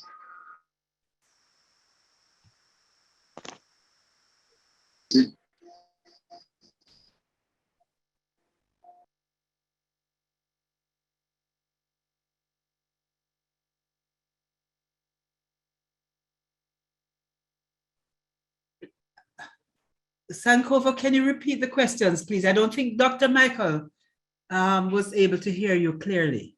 It's been a bit of interference. Okay. Are you hearing me now, Dr. Barnett? I'm not hearing you. Is everyone hearing him? Yes, we can I'm hear you. hearing you. Okay. Yes, we're hearing you now. Excellent. So the question is because we're speaking about sovereignty, really the focus of this three-part series is sovereignty. We want to know what was the significance to you, your research and your child, even you personally, to us having a monarchy of our own from those times in terms of the success of Pinnacle and to these times now where there's a lot of sovereign models out there. People are trying to, we're trying to access that for ourselves here now. How important is the monarchy, having our own monarchy of Haile Selassie and respect? Well, as I was saying just earlier, and Ras Miguel alluded to this very well, is that having our own image of God as Black. And I should just point out that the Honorable Marcus Garvey had made mention, if you look on his philosophies and opinions, that he had made mention that while other races see God in their own image, it has now come time for Black people to see God in their own image. And he went further to say, we have now come to see God through the spectacles of Ethiopia. So you see here that Ethiopianist foundation was laid by the Right Excellent Marcus Garvey. And it was Rastafari then who carried this to the zenith of that interpretation, because they were seeing through His Imperial Majesty Haile Selassie I, seeing God through the spectacles of Ethiopia, because he was crowned Emperor of Ethiopia, and seeing God in their own image, which is essentially Black, you know.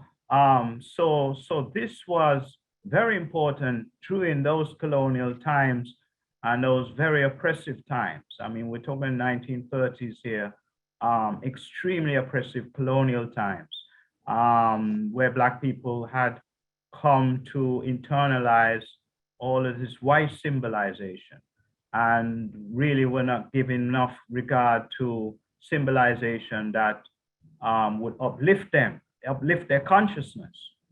And this is what Rastafari brought to the table, essentially.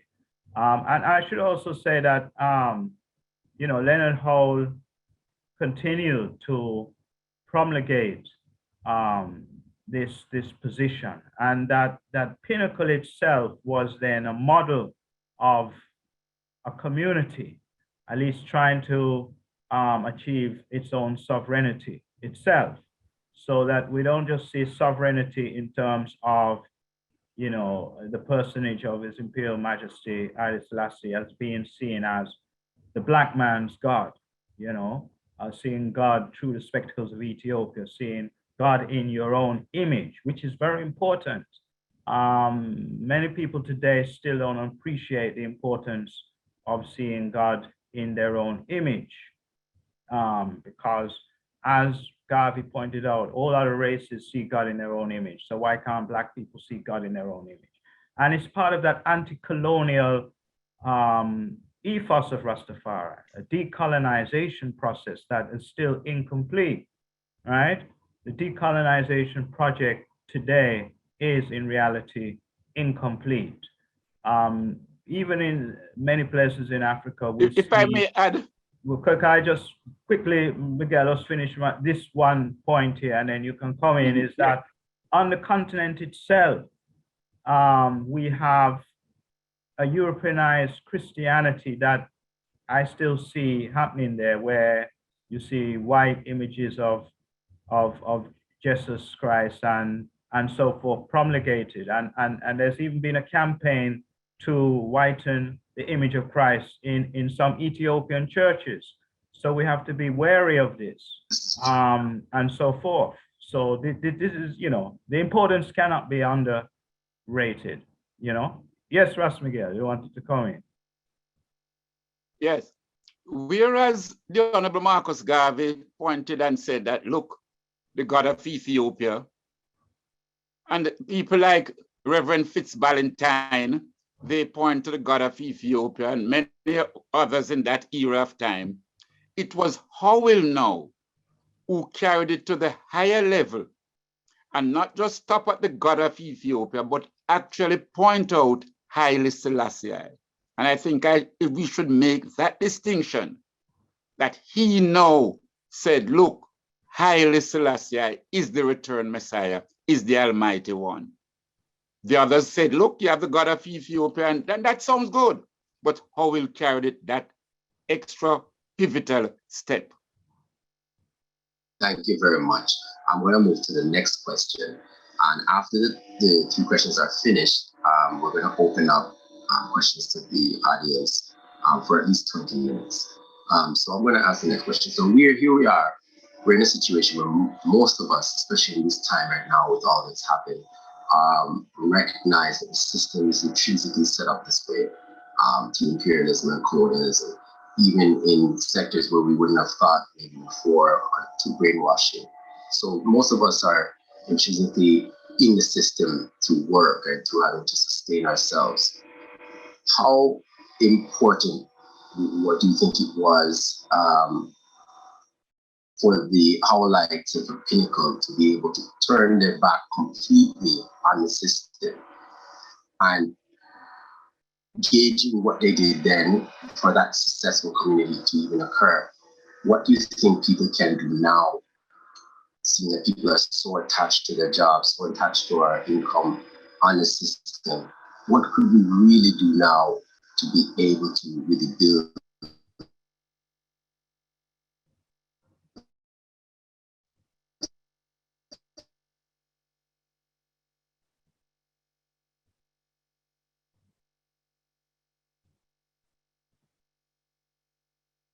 Okay.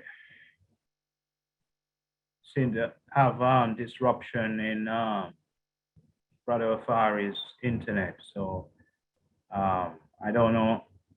Based on what he said, you want to take that, Miguel, based on what he just alluded to? Well, I think basically what he's saying is, you see what happened? The system learned from Bedward, Howell, and other brothers and sisters. The system learned from them because by having, for example, up at Pinnacle, 3,000 brothers and sisters, that was a serious dent into the labor force and into the economy. Similarly with Bedward, when persons used to go up at Bedward for the meetings and so on, they go for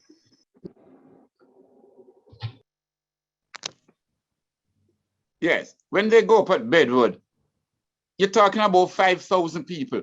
That affected the labor force. They didn't have enough gardeners, enough helpers, enough factory workers, enough store workers and all these things. So, and land give people independence. Land. So until this day. So picture 1930, people talking about our own land. Wow. The authorities are gonna come down on you brutally. Right.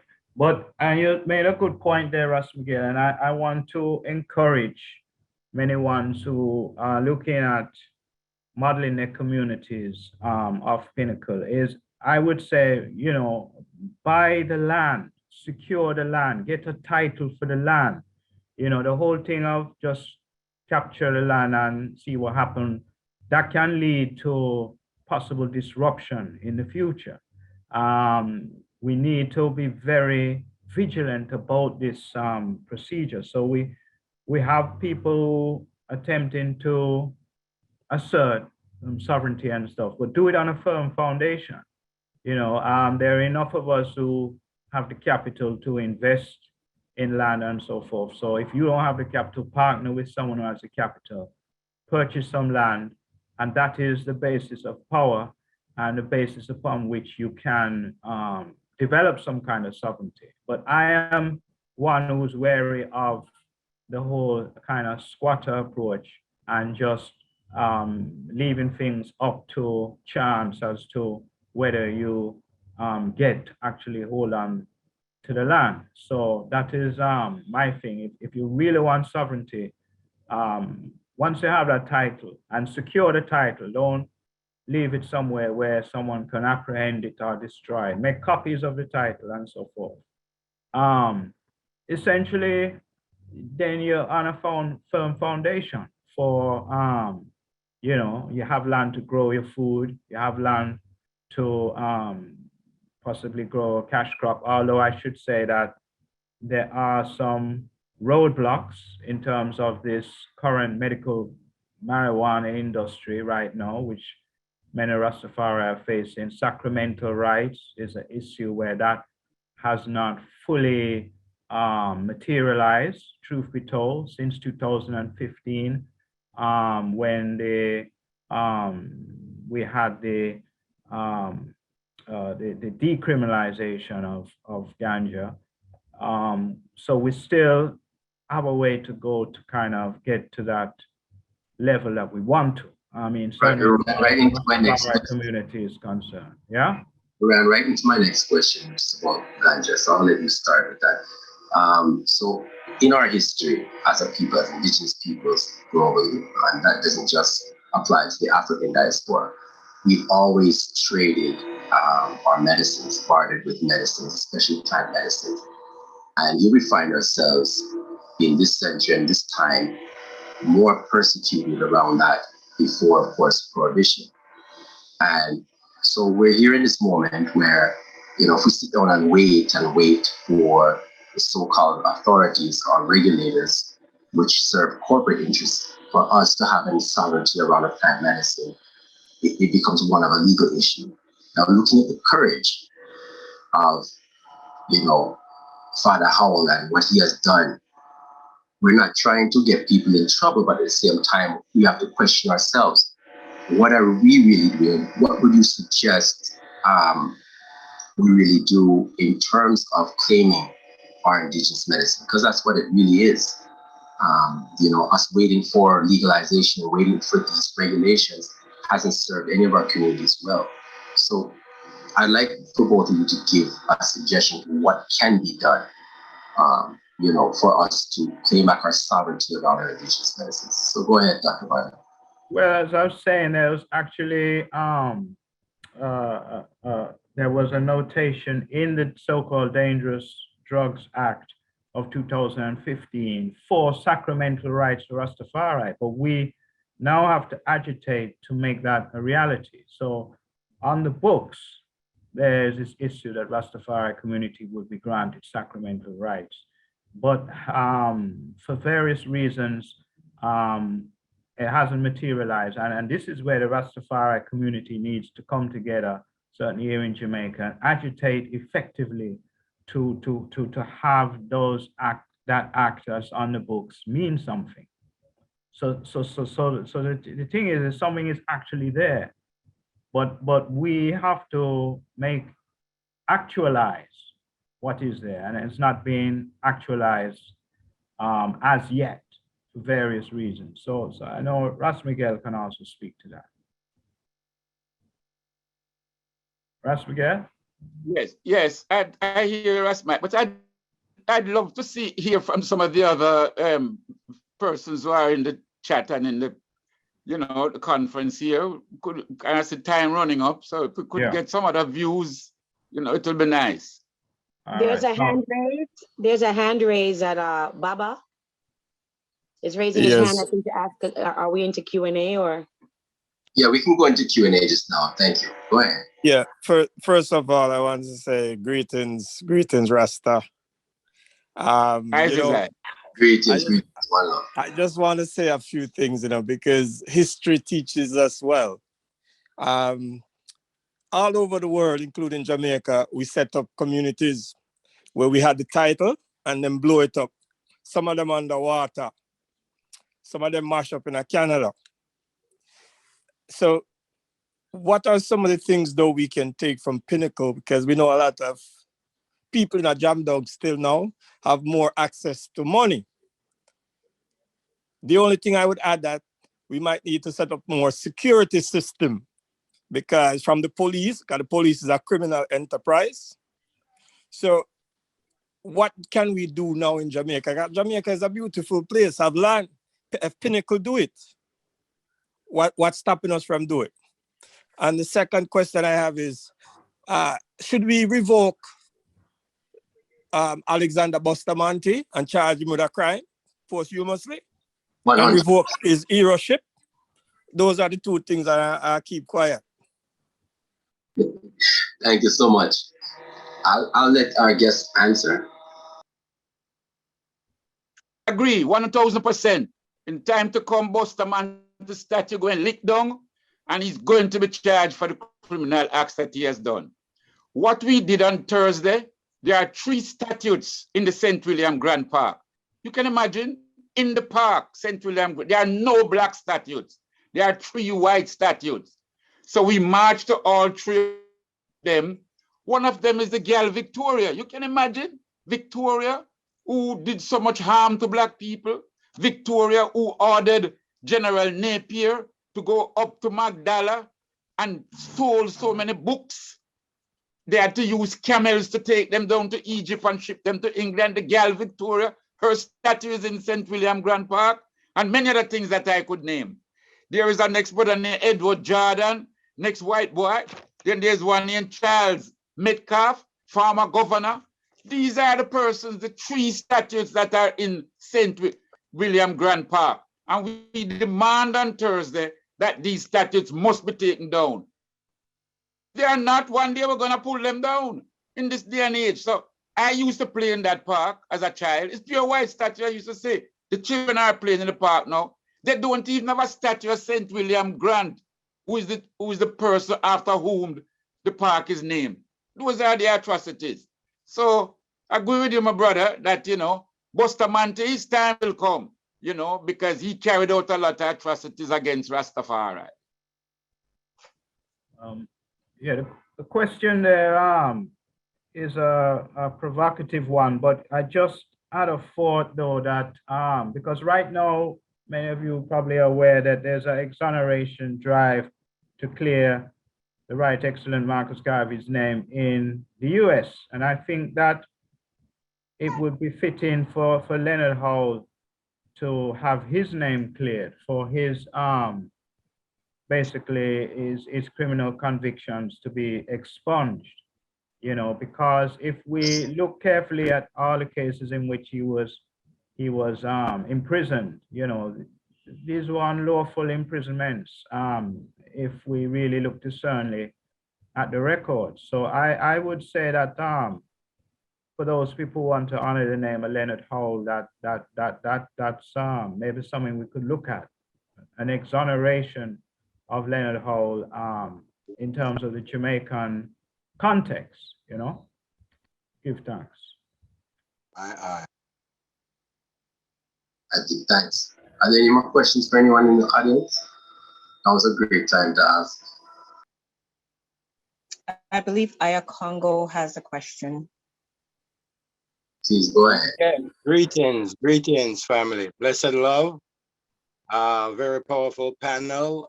Very happy to see that the RastafarI community is taking these steps forward to sovereignty. And I'm sure that it's not going to be an easy road.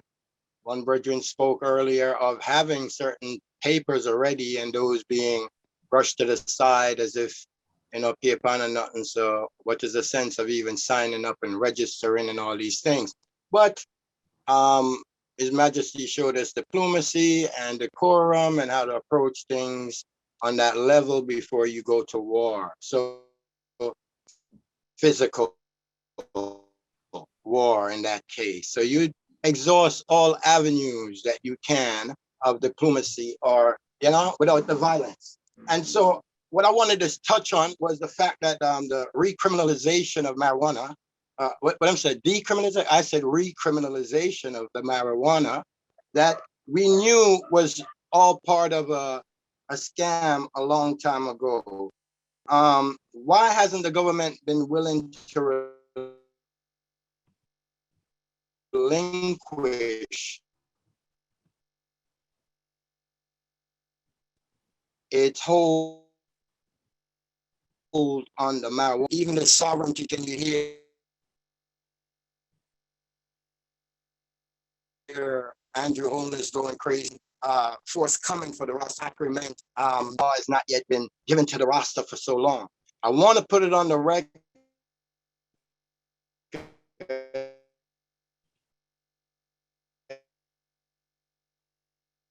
that I am in Jamaica with ones like a duel about sovereignty, about our indigenous rights as Rastafari, and where we would stand as far as the marijuana was concerned. My push was that we shouldn't have went the way the government was controlling it, and that we should have stood our ground as indigenous, focused upon our rights by international laws, and don't approach the marijuana as if it's our only way of survival. And bring other herbs into the forefront of economics for Rasta. And so what I'm saying is the reason why the government has not relinquished its hold on us is because those leaders of Rastafari has not been firm enough in standing up. I mean, I've been almost thrown out of the Nyabingi house several times over the last 2 years for standing up for indigenous rights, not registering under the system, holding on to Rastafarian sovereignty. I've been surrounded to be quiet, and they're gonna go ahead and do this, and I need to shut up. So I'm saying the reason why the government is not changing anything is because those who are supposed to be leading Rastafari might be leading us into a burning house. So I want that to actually be something that we focus on. What is the agenda of the leaders of Rastafari when it's coming towards us really breaking free? Because that's what we got to see. And Zinga's hair cutting ass and all the other atrocities against Rasta, that we're not able to live with this so-called government. We need to find a way to do what the Maroons have been doing. This is my statement to the Rastas. Every time I'm in the Bingi house, we got to find a way to hold our piece of thing, because they don't respect us. They continue to show us over and over through the years. It's like the lynchings and the shootings they do to Black people in America to remind a nigga where his place is. So Rasta always seem to be getting your hair trimmed or beat up or something, as if none of our rights as Rasta and indigenous is being respected. I leave it there. Give thanks. I give thanks, my brother. Anyone want to speak to that? May I respond to my esteemed beloved brother? First, I'd like to apologize for the delay in getting you. My dad was ill. He's passed a few months back, so I'm on the block now. You see that brother that just passed? I will put all my money on him. He's not getting the respect he deserves. And we're supposed to work together. And I want to challenge everybody here today, because it's a lot of talking. And I love it. I love this intelligent dialogue. Even though it's a very focused group, the right amount of people and the right people is supposed to be here is. Because guess what? The people who love all the mix up and try to hold down all the good work, like the brother spoke about, it happened to us. It happened to our ganja. It happened to I. Me say, if I wasn't a strong woman, as my mother said, I would have body come down this week with all the hatred and fought we passed through for just do this live stream.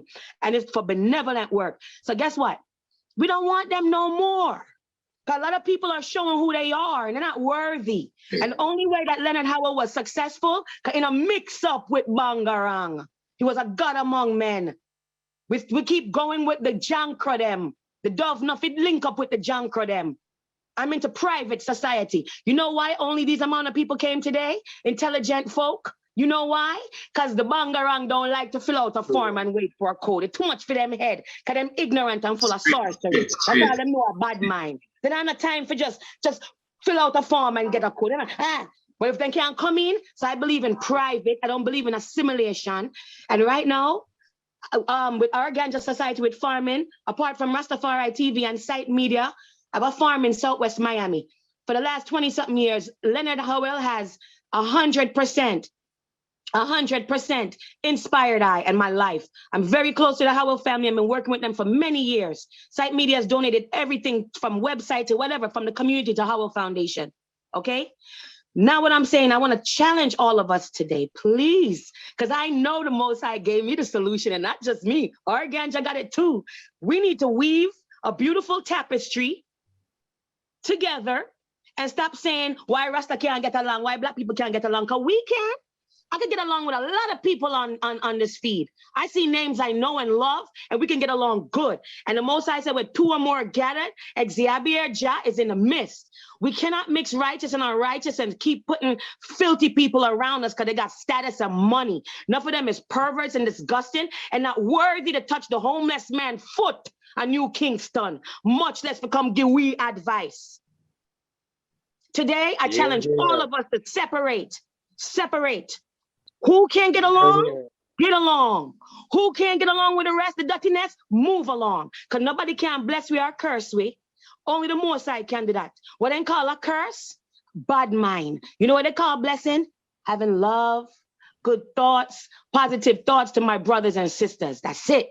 And if we don't have good and positive and wonderful thoughts as nurturers, as parents, as people who will give your life for each other, me don't want them wrong me. And that's why it's taken me longer than expected to build Rastafari TV to the level, because I need powerful journalists. I didn't want to be seen. I'm the techie who built it with Site Media. But I'm asking all of you, I'll give you a free channel today. I just need an admin team I could trust. I even find more people who loved me yesterday that now was stabbing me in my back. I'm about to put out my clock and my sword and my nunchuck between my legs. Who can I trust? We gotta build that love, and in the meantime, take some more questions.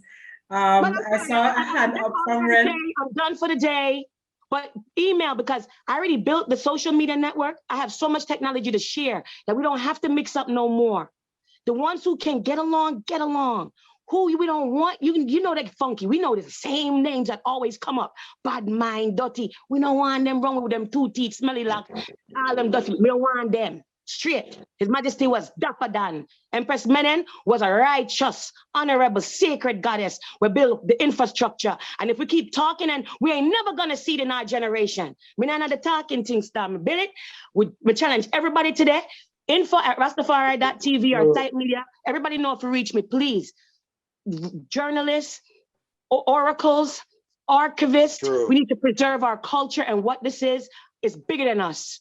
And it's being infiltrated on a massive level, okay? I love you all. I'm signing off. Give thanks. I give thanks to blocking that song, Sister Panay. It's very important and it's very real. I know sometimes everybody wants to smile, but that's how love comes to, love comes with truth and honesty. And that's what I love to see. The numbers may not be gigantic, but who's here is really powerful and strong. And that's what Sister Panay is saying. It's not about the big crowd out there, the big money. Because none of this work, we put all of this work in ourselves. There was no money given to us. We did it from our heart.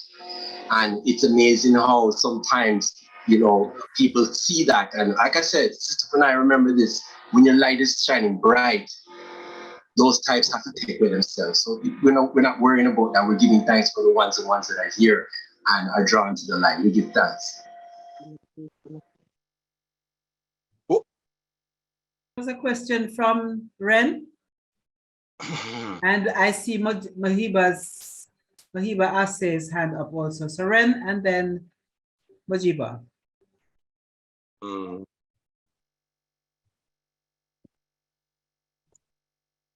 Hi, sorry there. I didn't have a question. I was just providing my support with the emojis, but great job, everyone. I'm really taking it all in, and I'll definitely get in contact. Thank you very much. I'm learning. I'm first generation Canadian here, Jamaican, and trying to see what I can do. I lead a group of about 45 people, trying to navigate all this stuff regarding the COVID joke things. I'm not even going to go into that. So I'm here to gather information, see what kind of networking I can do. Myself, I have a few different specializations, I'd call it, and I can definitely help when it comes to navigating certain social systems and financial systems, and having 20 years experience in that. So I'll connect. And definitely we'll leave the contact, but thank you very much. I didn't have a question, but honestly, this is powerful. Thank you. Okay, Majiba. Sister Moiba, Washe. Greetings and love, my beautiful people. Thank you so much. Yes, For family. this time and space, everyone. I just have a few words, life words, and I just wanted to, kind of exaggerate a bit about what Sister Fanai just said about who's here is here, and it's never about 1,000 people. It starts with even just one. Everything starts with one idea, and it's about the intention. Or intention sets the pace for all that we need to manifest. So as long as we are all singing the same tune, our hearts are in alignment with the same mission, put aside petty differences, we're good to go. We don't need no army. We are the army. As long as we standing up for righteousness, and as long as we are doing something to uplift ourselves as a people, we're good to go. Nothing can stop us but us. So I'm very happy for this space, and I'm very happy for this opportunity to be able to be here to witness what is about to unfold. So give thanks and praises and love to each and everyone. And we're ready to go. We're ready and we're steady. Thank you so much, Moiva. Thank you so much. From Count Azi's daughter, everyone, for those who don't know. Honor, a beautiful soul inside and out. Honor, sister, goddess. Can I speak? Thank you so much. Can you hear me? Yes, please go ahead. Yes, you can go ahead. Empress Levi, one love. Blessings to each and every one. Can you hear me? Yes, we can hear you. Yes, we can, beloved. Thanks. This is Sister Levi. I'm in Jamaica now, but everyone that knows me from Toronto. I remember when I first discovered Leonard Howell. I bought a book by the name of Dread History. And while I was reading it, I was like, I've never heard of Percival Howell. And I was intrigued. So I decided to investigate. So I looked at the book and I found a number and I called it and I got in touch with Miguel, Brother Miguel Lorne. And I was asking him about the book, and he told me that he has a bookstore and the connection between him and the bookstore also in Chicago.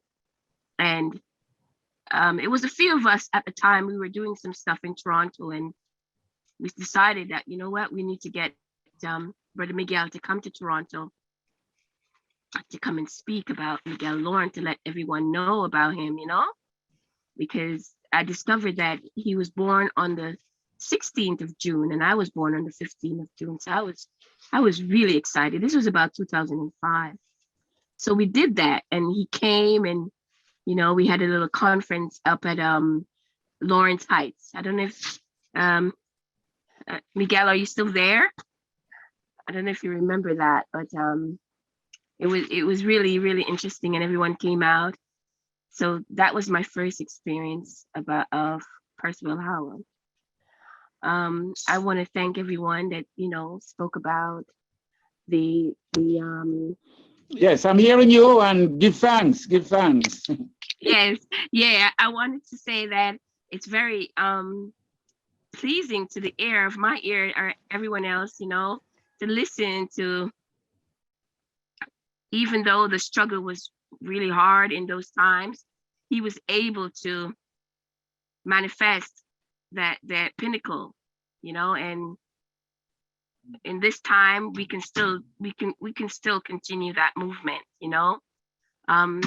I heard someone talk about try to get our own land like the Maroons. I often say that too. Why can't we it's 14 parish here in Jamaica. Why can't we get our own space to be who we want to be without being interrogated by the police by Babylon, right? And how can we go about doing that? Do we just have to come together and buy a piece of land? and just start doing it, right? Can we do that? You know, because it's about land, right? And once we have our own land, we can start our own community, right? I mean, Right. yeah, we don't have to wait on anybody. We just come together and get some money together and buy a piece of land, and we just start building our own community. Who want to stay there, stay there. If you want to go, you want to come, you know what I mean? Because when we have our own, be able to, you know, do what we want to do without being bothered by anybody.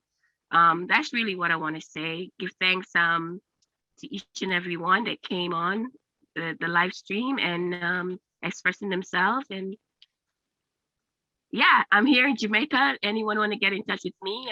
You know, you can link me on the Instagram. Sister Fanai, I see you all the time doing your thing. Big up yourself. And of course, for everyone else who's, you know, yeah, doing the good work. Just let us just continue this. Yeah, let us all. I want to work with you. Yeah, we all got to work together, you know. Yeah, it's not about like, okay, we've come a long way and we're still here, right?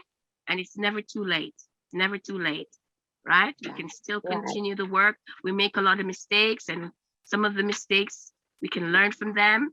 And we also got a lot of fight from Babylon. You know, we still get in the fight. I was at the Nzinga March, the two of the march, not this recent one, but I was there giving my support. I'm very disappointed with the ruling, but I was not surprised, okay? They don't like us. They never did, and they will never do. And all because we say we recognize our God and King as Haile Selassie, Kadamawi Haile Selassie, the power and might of the Holy Trinity, and they don't acknowledge that, right? They still under the colonial rule, right? And that's their thing. That's fine, but allow us to be who we want to be, right? Just leave us alone and let us do what we want to do without any pressure. I want to say something to you, Empress Levi. Give thanks for that. And definitely you're going to get linked up with Sister Fanai. Both of you are Ganja Society, just for our one family, Site Media, Rastafari TV. Enough respect, enough love. Actually, Empress Levi is our correspondent, one of our correspondents for Ganja in Jamaica, and a few of them are on here today as well. So this is like a family link up. But I want to say something to you. There are a few people on this webinar here today who are actually doing sovereign works as at the moment as we speak. Sister Fanai is one of them, building sovereign community. And these are going to be exposed throughout this three-part series. This was to set the foundation. We needed the stories to be set straight, and there's still much more. I've been very blessed as Sister Fanai has much longer than me, by the way, but to get first-hand account from the Howell family themselves. I want to let you know there's probably more family on here. I know that Leonard Howell's youngest son, Jim Howell, is on here right now, and I had the honor of being able to speak with him. He's actually here in Canada. He's in just outside of Toronto. And so there are ones and ones who are actually taking up this work. We need to look at the principles that Leonard Howell had and that the Howellites had to be successful for the time that they were there. And we need to learn from those principles. We need to apply them. And then we also need to learn from the experience that they had as well to move forward in this time. So there definitely are benevolent works happening now, and there will be post-work series. The second part, for those who are on, it's lovely to see that everyone is still on, actually. The second part is going to focus on the sovereign king and the monarchy. Before I go, I also have another question in regards to sovereignty and also in regards to repatriation. How does that, like, you're going to have some people who are not for sovereignty, they want to repatriate, and you're going to have some people who just, how does that work together? For Healing Stream, this is the system we're setting up globally, which we will be launching on one of these platforms. But it's basically about a global community. So some will forward to Merita or Ethiopia, as we say, and some will be wherever they are in the globe. But the idea is for us to have an interconnectivity on a global level. It's very important for us to have that global connection because not everyone is going to be in one place. So supporting movements around that. Right now there's work, believe it or not, I can tell you all the details, but there's ones right now who are actually putting together for a fleet to be able to travel globally unvaccinated. Brother Omari? Yes, Brother Miguel. Yes. Greetings. Can I make a comment here, Brother Omari? 100%. Yes, brother. Go through. Yes. Just before we close off, I would just, and like how we're gonna have two more. This is a three-part reasoning, which is quite good. As we go along, there are 7 things that I would like to leave in our minds that we can work towards. Nice, but we must always conclude and have a roadmap going forward. That some people might agree, some don't. I think Leonard Howell should be made a national hero here in Jamaica. And we should work towards that. It would help to highlight him. Absolutely. Let's make it happen. I want everyone who agrees with this statement to put 100% in the comment. Definitely. Yes. Increase our agitation that Pinnacle land must be returned to Rastafari. No matter what them tell we are whatever, if it's even 100 acres out of the 500 acres, or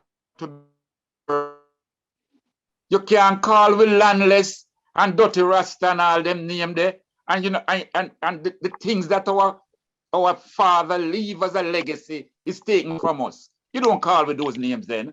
So we want back even 100 acres. Not 2 lot, not 3 lot, 100 acres. Also, it is now proven that the trial was not a fair trial. Stop until they compensate us for that. You know, you send a special judge. That judge, normally the Chief Justice sits in Kingston, the number justice court in Jamaica. So when I leave Theme Court and gone all the way to St. Thomas thing to convict Leonard Howell, that illegal trial is not for.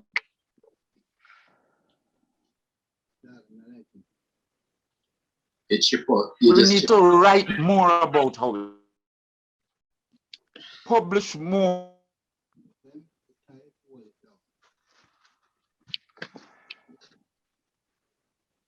Brother Miguel chipped out here again, waiting to come back to him. In the meantime, we have 2 other persons who wanted to ask questions. Yes, I see Brother Tekle and Aya Kogolai as well. Tekle, over to you. We're not hearing you. Tekle, you need to open your microphone.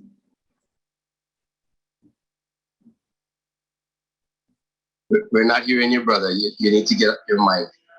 Look at the corner of the screen and click the mic on. Actually, his mic is on, but we just can't hear him for some reason. Because he's not muted, we just can't hear him for some reason. Okay. Technically, we're going to go out and come back in again. Yeah, maybe you log out and come back in, Tekle. We'll let Aya Congo speak and let Brother Tekle come back on after this. Yes, hi, give thanks. As far as getting our own land, which is a very excellent idea, we should make sure that the team that's involved with it deal with the farming issue first. Before any settling, make sure there's food, yeah? Impregnate the land before you move anyone on it. So you're gonna have the farming first, okay? Yes. I'm just saying, you know, in the other webinars, the other 2, that highlight all of these things. Give thanks. Okay, my brother, no problem. And the next thing is, as far as Nzinga go, I think that we should have used Nzinga's incident to work that ILO 169 that me and Mr. Brother Lorne has been talking about all across, about you know, that ILO 169 convention law, that we could get the government to actually like using it. We are using it. We're not easing up. Don't worry. We are using it. And that is why we got the fight we got on the 24th. We are. But could, Brother Miguel, with respect, could we hear details about this ILO convention for everyone to hear? Just expound on it now. A brief explanation. Yeah, what is this ILO convention? What is it exactly? The ILO 169 convention is dealing with even a more tighter, what we'd say, focus in on the rights of indigenous peoples.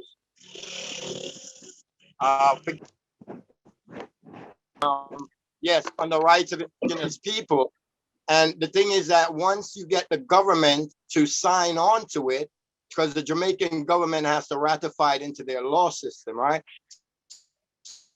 So our job right here, because I have a, for that, Rastafari sovereign indigenous nation, you know, something that once I realized people weren't listening to me about moving towards sovereignty, because, you know, they were telling me, Rastana sovereign, Rastana indigenous. But anyway, I went ahead and set up the Rastafari Sovereign Indigenous Order and Nation, and began working with ones on those, you know, ideas, a smaller model that ones could actually, you know, look after, because Rise On or that would represent like an umbrella, the same exact thing y'all are talking about. So obviously all that we're talking about is a one-minded thing. So I'm willing to always step back and work with the collective. There's no need for me to be upfront in anything. But like I was saying, the ILO 169 allows us to get into a more treaty-like aspect with the government, where the Rastafari Nation now is able to say, listen, hands off, no more infringements upon our rights based on this that you're signing on to with us. So that is where I was trying to get to with the government when I put the petition in and hope that Rastas would sign it. I'm hoping that ones would look upon the net and look for that Rise On, RSION petition for the government to go. In that petition, I'm saying, look, we see that we can't get along with you. And we don't want to wait anymore for another incident and another incident. We want to basically have our own sovereign autonomy at this point, okay? So that's what the petition is about. And so I'd want ones to take a look at that, and thanks for listening. I really give that accountable. Thank you very much. ILO 169. Yeah, please leave any comments you need to in the chat as well. I have an idea, but may I interrupt one Mic moment check. just to interject? Can you guys hear me? Just to add on what he said. Greetings, brothers Miguel, Lorne, and Dr. Barnett. It's an honor to finally see you face to face for the first time, always behind the scenes. And all the guests that are here, it's just an honor to be in the midst of everyone. What I would like to see is an information campaign, because everything is speeding up, family. And honestly, I'm slowing down.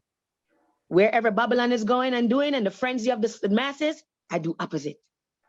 And everything work out way better and smooth, all right? We have certain ones around us with the solution, but egos and the same old jerky heads is blocking it. So we need a think tank where we can come, because Jamaicans are wonderful orators. Boy, we can't talk forever, you know, including myself. But we have to get to the nitty gritty of it and be able to put, especially even the youth, or those who don't call madman. I'm a mad woman in my family. So most of the mad people, when we call mad, is actually geniuses. They're just humble with it. But it's the same old people that's blocking it. And honestly, I work really good solo. Most of what I do is solo. I do have a team, but they do stuff for Sight Media and my clients.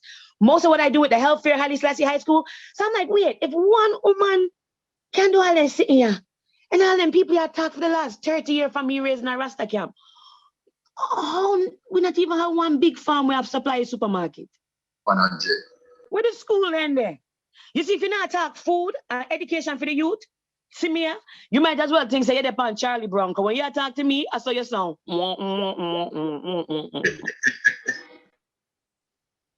Because enough we have the solution. And it's like we're crying out to the wind. But it's the same heads that is blocking it. So we need a think tank and an information campaign, of which I would love to be a part of and even help to facilitate. Any type of technology you need, Brandon, I got you. I don't need nobody money. You know what I need? Faithful people that's going to commit to something, set long and short-term goals, and be able to not only purchase, we aren't going to purchase land. The planet is ours. We have to deal with indigenous law, and we have to deal with people who know about indigenous law, human rights law, and not just legalese, but the difference between legalese and the law according to indigenous people also, LAW to I and I, because I'm indigenous, I even have my Native American ID and thing, all right? So with the law is the land, the air, and the water, which are our inheritance from the Almighty Creator. So then Bible and history tell us so, because them nation depend on it. So with all the treaties, I Congress say a word, very important, treaties were set up to make us free, long time, and to work on our behalf. Out of Judah shall rise the judges and the lawgivers.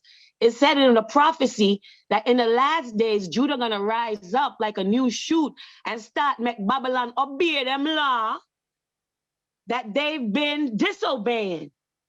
Judah gonna rise up in the last days and force Babylon law, where them are broke, because you know they lawless as heck, right? And we're gonna, so that's why we need people who know about certain law, like human rights, indigenous, criminal law, the law, maritime law, not just regular law where you talk about, and different between legalese and the etymology of words, the difference between a human and a person or people. So we need an information campaign where we can put together content, 60 seconds and less, tick, tick, tick, minutes. Did you know your birth certificate? Boop, boop, boop, boop. Give them things for freedom. We have a whole heap of information, but we now focus on the one stone where Goliath in our right, yes, sir. Media and information, give them little portion. We don't need to buy no land, because guess why? We need to tell the people them for hold on to their ancestor land. What I find, okay, apart from RastafarI TV, we have Ecology, Agriculture, Trade, Inc. We've been working with the farmers, grassroots, with EAT. That's my vision with the most. I give me 8 steps to build a sustainable community. With the My Echo Hive mission here in Florida, working with Haile Selassie High School and the farmers up in Blue Mountain. I find that our people are land rich, but cash strapped. So them inherit the land, but them only have a 3rd and 6th grade education. So what we say now with EAT, we will help to manage the land with our team of people who not only will maintain the land, but also provide security, IT, that you can be in England and all overseas and log on to your app and watch where you farm and grow. And when the land harvest, we split it 3-way. A 3rd go to EAT for operations and expense, because we're going to be hiring a lot of people now. It's bringing job creation. Another 3rd go to the landowner. Then another 3rd we sell. But it is important not to sell food right now because there's a serious shortage coming. So if we not start store food and grow food and save with seed, as my sister and brother used to tell me, your pinchy are gonna shoot. So we better prepare for now and start make sure it's a fiwe storehouse full. So then when me they get whole heap of fight for the Haile Selassie High School and everything me do gonna get fight. So me said, sure, just quit everybody and go live on the farm. Then me finish build the social media network. It's called myechohive.com. Go on it when you get a chance. Nobody don't know say it exists. When Facebook banned me and all and sitting there for RastafarI TV, you know what I do? I roll up my sleeve for the last 2 years and I take them. I'm fund the whole thing. We have our own social media network. We have a school, learning management system. Imagine Instagram, Airbnb, Amazon, and Coursera, like learning and teaching your courses and monetizing it. Coming out do nothing else for free but love. Everything else, everybody have to pay something. Because when I realize say all the people that me think say ready for this, not ready, me say rotted girl, you don't have too much help. So you better, while you still have little youth on your side, you better charge like a freight train, because them your people now go get with you to no level where they can come out of Babylon no time soon. I just my humble opinion. Whole heap of people where I'm not me just a throw my can, not to this group, but universally when we see in a house of Rastafari. The EWF already give it. Them turn it into one bingy house instead of government and parliamentary and mash up the thing. The Ethiopian state was given to it. Yeah. I mean, I love what you may I just say something, interrupt, because I really have to go to another function now. Last thing I said. Give thanks. Last thing. May I say this now. The land where we can manage by a membership of the Eco Hive is geolocating all the members, which is a private membership, and all the farms, all the food processors, and give our people the opportunity to use technology to monetize and automate their life immediately. And we're about to launch any day now. And with you and everybody here aboard who resonate on the same vibration, we're an intentional sharing society. We can do it together. All right. So we can manage all the ancestor land. We'll be able to navigate and use technology and give the land a lot of work to not only farmers, but agriculture specialists, botanists, and just to name a few, and a lot of students who are in some of these lecture halls looking for work. So if we're going to do this now, with or without help here, it's going to work. So I just want to know, I just want to heal everyone. Give thanks. Black Love International. Rastafari. Thank you, Brother Miguel, for your great contribution. Thank you so much. Sister Imani. Yes. Hello? Yes. Yeah, I have a family event I have to attend to, so I'm about to sign out as well. The one recommendation I'm promoting and recommending is that all the criminal convictions of Leonard Howell should be expunged. 100%. And yeah, man, and I'm going to do what I can do to push for that, as well as internal reparations for the Howellites, actually. All right? This is something, I want to say something before Brother Miguel goes and Dr. Barnett. We are going to, that's going to be part of the series where we're going to look at the things that we can do to support not just Rastafari on a global basis, but also the Howell family themselves. Because there's no reason why what this great man has done, it should amass the amount of wealth that their whole family is taking care of, and the extended family of Rastafari globally as well. It is huge. So I want to, Brother Miguel, you to leave on that note that we will be discussing those things going forward. Before you go, part 2 is going to deal with the sovereign king and sovereign queen and the sovereignty around Rastafari. So we have to deal with monarchy. Yes, and part 3 will deal with the basically the whole groundation and celebration of Leonard Howell on his earth strong, and that one will have Sister Kathy as well. So I give thanks for your presence here. I want to let everybody know you can stand. I'm going to keep it going for another 10 minutes possibly. I know Brother Tekle, you've been waiting for a long time to speak. So if you had something to say before the eldest comes off, Brother Barnett, then go ahead now. Yeah, no, I have to run now. Give thanks. Yeah. All right. I have to run as well. Brother Fari, Sister Fanai, Sister Imani, we give thanks. Okay, so we give thanks. Yes, we give thanks for your presence here. Honor and respect, I give thanks for everyone here. And the lessons being learned. The great disruptor has arrived on the planet. It's all good. Brother Tekle, go through. You've been waiting. Very much. Thank you very much. It's a pleasure to be here. I am actually EWF member as well as an Orthodox Church member as well. I'm the first vice president for the Ethiopian World Federation Toronto Local 21. The new chapter. I am very happy to be here, and I'm actually very honored to be here with Sankofa and the Organja Society. And there is a lot of stuff that I see where we can work together. There's a more efficiency in a few things that I've seen. And I think as the Sister Faya the Sunlight Selassie was mentioning about the think tanks and all these information things that we actually need to get done, which is absolutely important as well. With our ganja society, there is a few stuff that our community needs to actually do to be very much self-sufficient, and that is exactly what it is already in the direction, it seems, that we're all pushing for self-sufficiency.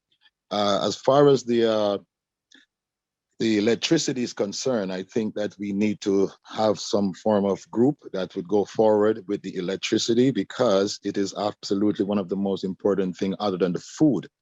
We're not going to be running around with those candles and stuff like our torch like we had back in the days.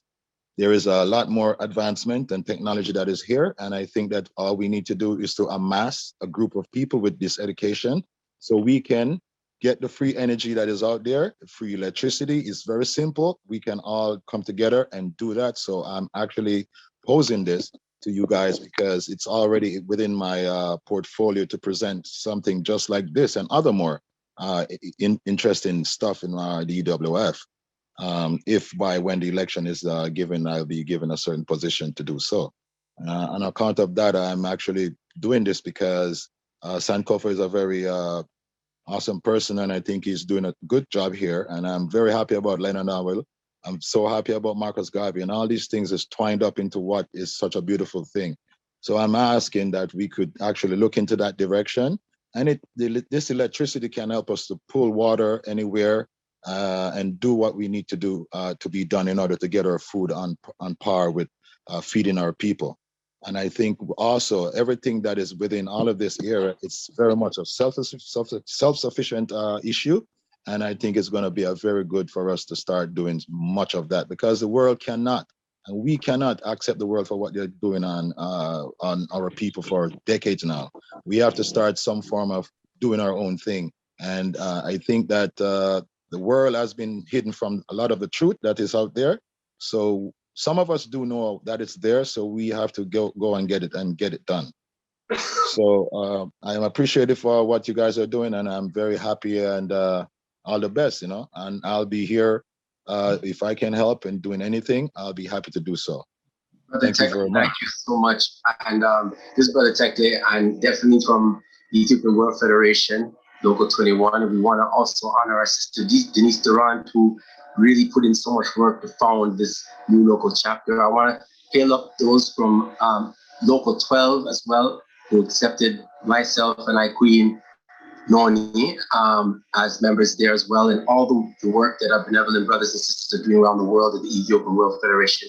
And I implore all of you on here, if you're not part of one of the locals, become part of it, because we are going to move it up and rise in this time like no other time before. So I give thanks for that. That was such a positive word, son. And I also want to speak on behalf of my sister Fanai.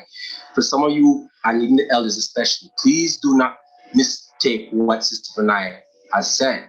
She's a very respectful empress. She's talking about those boulder stones that don't want to move and go anywhere and are corrupt. And some of the main reasons why some of the younger Rastafari youth them astray. She's not talking about all the elders out there. She loves the elders. You will never see such love, natural love that she gives to her elders and respect. So I think some of you took it personally, but do not do that. As they say, you don't want the shoe to fit. So it's not that at all. I want you to understand where she's coming from. This is our sister. We love her. We're going to support her to the max. So I just like, look, yeah, man. Thank you so much, Brother Tekle. I want to tell you something. We have an excellent partner. We're going to be revealing this in the launch, who's actually taking care of. I don't want to start listing all the things that we have within the system.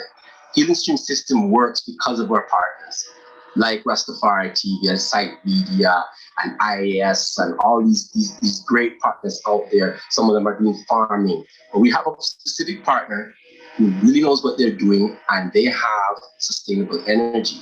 So what I'd like to do is connect you with them in this initiative that we're doing. We can talk more about you coming into the Healing Stream in that initiative, because it seems like you definitely have something to offer around that as well. And for ones out there, don't think it's too small or it's something off the course. If you feel you have something to offer, get in touch with myself, our sister Fanaya, our quick sister Noni, sister Denise, any one of you from the team, and we definitely will hear you out and see what way we can work with you. We give thanks for all the attendance here. This is such a beautiful occasion. It's a little rough in the start with some of the technical difficulties, but Most High always lead the way and always shine that light bright. Things work out smooth. So, any more questions? We're gonna take a couple more minutes. We're gonna close. Any more questions? Anybody want to share some information? I see I Just Stars. Big up yourself. I Just Stars. Yeah, because I Just Stars. I've been following him for the last couple of months. I would love us to collaborate more, like all him and Dirty Bookman and the younger ones and Ark, and we know each other, we love each other, so why we not working closer? You know what I'm saying? And then y'all paying people out of technology dollars that you could get for free over here. Dark, Ark, Raga, yeah, man. We have to collaborate. We have to work more cohesive in a media, especially in media. Sankofa. Got you. Yeah, man. So we also have a next part in the EWF where we can work together with this Orgar Ganja. And we have to. I think it's gonna be a very good thing to work with your Orgar Ganja Society, because we have a financial group here getting ready to be put into place, right? So we can work with the Orgar Ganja and help to do whatever is necessary. Because the closer we stick together and doing the same thing, it's the best we can do together by doing these things, right? I think the unity is there already. All we need to do is to join all our hands and sit down at the table. And, even before us, Sankofa, I'm still wanting to have a face-to-face dinner with you still, because I think from that time that I mentioned we should have already done it. But we should have. Definitely we should have. But so let's move forward and make it imperative that we do that. This week for sure. Let's link up here. Yes, and my beloved. I want to say, in speaking to that, there's some one-on-ones that have definitely inspired me in the EWF local tel that really wanted to work with Organja in terms of some of the initiatives. And I'm really happy to say that we can actually engage that work now. So I see Brother Basie on there, and some other one-on-ones from Local 12. So one love and give thanks for you. Let's see how we can put everything together and get this thing going. I just want to take any more, because we still have pretty much almost everyone on. I think only 2 people have left. We have so much right now with EAT and Echo with the USDA can right now certify all of our land organic, and that our certification is good in 32 countries, including Jamaica, Ethiopia, and parts of Africa, all over South America, Canada. Do you know when you certify your land organic, is that enough black farmers? They have $2.3 trillion set aside in an account. Do you know the USDA give over $800 million a year to the Girl Scout for sell them little cookie, much less your products and farm goods? You know what they told me, Sister Fanai? It's not that I just can't find people to give the money to, because our people are not listening. They're giving away their land, don't want to work the land, and they're complaining, and they have nobody to give the money to. Also not coming together, sister. That's the other problem there too, because I've seen many times where there's opportunity with money, and the end of money just goes somewhere else because the people are fighting over the money. So we need to. This is why we said systems. All right, our ancestors are fooling them. They created systems. Doesn't matter how rudimentary they might have seemed. They created systems, and when you have a system and you follow it, starting with principles, starting with integrity, and having eldest councils who can actually give us that right direction. We need that sort of thing. We need to set up these things properly. So this is what we're doing. We need help doing it. We're doing this out of our own pockets. We never get we never even got grant money. Organja Society never got 1 grant yet.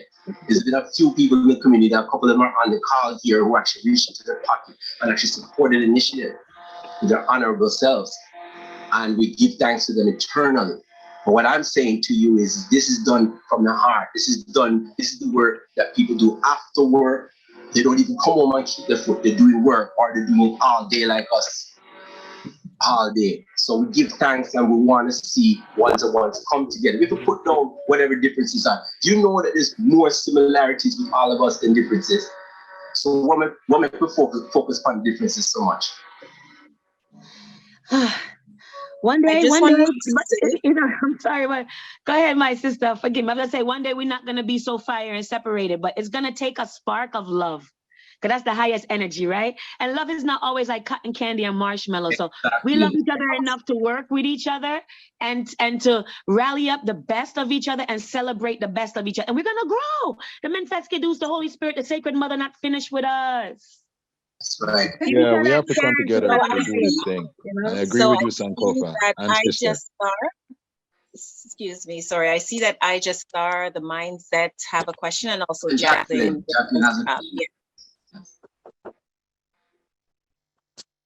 Greetings, honorable family. Blessed love. Rastafari. Yeah, give thanks for this panel. You know, it's very, very fulfilling. You know, it's a lot of food, and you know, we just they are taking as much food as possible. More to thank even before we thank anyone, I want to thank the Most High, Father and Mother, eldest Selassie I the first, Empress Men in the first way, you know, making this possible. And you know, I want to thank Sister Levi for sending me the invitation. You know, yeah, man. Give You're thanks. most welcome. Give thanks to my sister. Yes, Thank since you, well, Sister Levi. Yes, I. I'm so honored to be in this, you know, to be in this present. And honestly, you know, with you know, the elder Miguel, Lorne, you know, who have left us now. My sister Fanaya, Sunlight Selassie, bless up there herself, manners and respect. And Dr. Imani TafarI Ama, who's done such a wonderful job moderating as well. We give thanks. Absolutely. Dr. Imani, you have just been such an inspiration. You're very well spoken. I kept saying, note to self, note to self. Make sure you connect with your sister after this. All right, so is it time to wrap then? No, I wanted to let I Just Start finish. I don't think he was finished just now. Jacqueline also had a question. She's had her hand up for a while. Yes, I just make it short still. Give thanks. I'm here, you know, to give my service. I'm here to serve. So, you know, I don't mind connecting with my brothers and sisters, you know, whatever way I can strengthen and support. You know, I'm here. As most people might know, I'm on the social media. I've got a YouTube platform, which is I Just Start the Mindset. And the core of the platform is Rastafari, because that's what I am. But, you know, different information might surface at times that probably doesn't always in line with Rastafari, because it's not only Rastafari people that follow the platform or what I do. But beside that, beside the whole media thing, you know, I'm a plumber by trade. You know, that's, you know, I'm a plumbing engineer. You know, that's my core trade. So, you know, some people may not know that, but that's what I do. So if, you know, my service, whichever way I can contribute and give my service, I'm here. On the social media side, you know, I do graphics as well. So, you know, any help in those departments, you know, I'm here. And there's Sister Fanai. And you already know I Just Started. Reach out, we watch your channel still. I'm in love way. I do too. I as well. I watch you as well. There's more link up. You see the site media, I Just Start, Rastafari TV, and there's more ones on here. We have to link it up and bring it together in one. Yes, I. Rastafari TV for the people. I do it for the item. And I have to really take on a place at the rightful place of the throne. I can't hold this alone. I'm telling you. If I had known it was so heavy, I'd have never done it. I just wanted to stay behind the scenes. I build it for you. It's so much technology back there, but what we need are good journalists. I'm just getting a whole bunch of people that want to hang around or work just to make me put out their music. And then when they get all the likes and stuff, they're just using me for likes. And I'm not even using myself for likes. I'd rather use mine. I'm not even checking my posts. You know what I'm saying? It's the integrity of the people. So the rightful people who got the integrity of the love, they got to come and I could give you a free channel. We can monetize it. But if I'm wearing too many hats, I can't be effective. And site media got my hands full with my clients. So Rastafari TV, I barely have hands to do it. I do it on my spare time. Which is that was what we saw with our ganja. We saw the benevolent system doing all this work, all this lifting. And definitely, and she not stop reaching out and open it up for people to come in. I am. So I saw it go, and we have a system to do that. Sister Jacqueline wanted we have a whole team as well. Right, okay. And we have a team. This is Sister Jacqueline. Just let me, I just want to give thanks for this. Go ahead. Can you hear me? Yes, we can. Please go ahead. Okay, Sister Jacqueline. I just want to give thanks to everyone that's been on this reasoning. Very purposeful and productive. Today's my Earth Day, and I could not think of a better way to spend it than with the group that is here. What an honor. What an honor. And I give thanks for all the energy. Sister Panay, you are amazing. Brother Sankofa and everybody else on there. I'm looking so forward to what's going to be going on. Okay, thank you. Happy Earth Strong, beloved. Many more. Much more love and increase. Everyone send happy Earth Strong. Yes, happy Earth Strong. Give thanks. Give thanks. We live with you. Happy Earth Strong. Yeah, Yes. many more with joy, love, Many more. prosperity, health, and strength. Yes. Yes, sister. Blessings. Wonderful. More life, Empress. Yes, I. So we're gonna close now. I'm looking forward to it. We haven't set the date out, so please pay attention to Rastafari TV and Organja Society, and you'll see the next date. It's going to be around Groundation, so you know this is the 21st of April. So it's not going to be on the day because usually there's a lot of activities and we're not trying to be competitive with the other organizations doing things, but we're going to find a day around then to hold part to, and it's going to focus on the sovereign king and sovereign queen and the importance of Haile Selassie and his principle and stance for our people in terms of sovereignty. So we're going to be doing that. And on like I said, June 16th, we'll close with the third part of the series. So you'll hear more about that. Stay tuned. We give thanks for you being here. And we're looking forward to more link up, more life, more liberty. Please send a message in the chat if you want. We'll leave it on for the next few minutes even after we take off the mics so people can. Just before we end, sorry, Omari, anyone that would like to get in contact with us after this, the best way to reach us right away is on our IG page at Organja Society or Healing Stream Eco on IG, and we'll get that message right away and get in contact with you. But we would love to connect with a lot of you who have shared some very important information, and also you have a lot of skills that can definitely add to the team that we're building right now. So if you're interested, just link us on RastafarI as well, and we'll get in contact with you right away. Thank you everyone so much for coming out. One more thing, I have to thank the Organja team for all the loyalty and just the upfulness and the livication that's been helping out as well too. And they're there to help Sister Panay. It's a new partnership, but I think you'll find Sister Panay that the administrator is there. And we want more ones-on-ones to come on, more ones-on-ones to come on and join the movement, join the cause. We must see sovereignty. We must see that. We must see it now. And we have to do this, not for ourselves. Oh, greetings, Queen Mother Moses, one love, one love. We have to do this for the future generations. We have to do this for the future generations. This is why many have gone astray. Not because, the work we're not doing is good. It's because they're not seeing it and they need to see these things come to fruition. So it's very important, this work we're doing this time, and we've been chosen to do it. So I give thanks. Rastafari.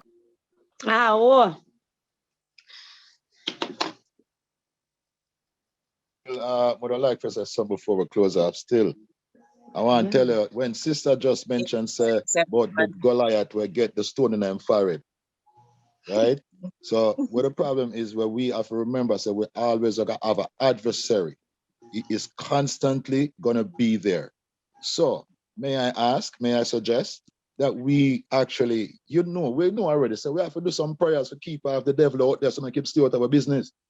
So we just want to just do that and just go about our business. I just that one want to say, because really and truly, we have to have the angel at work with we, because if King David never had the angel at work for him, he would have put that stone there in a Goliath forehead.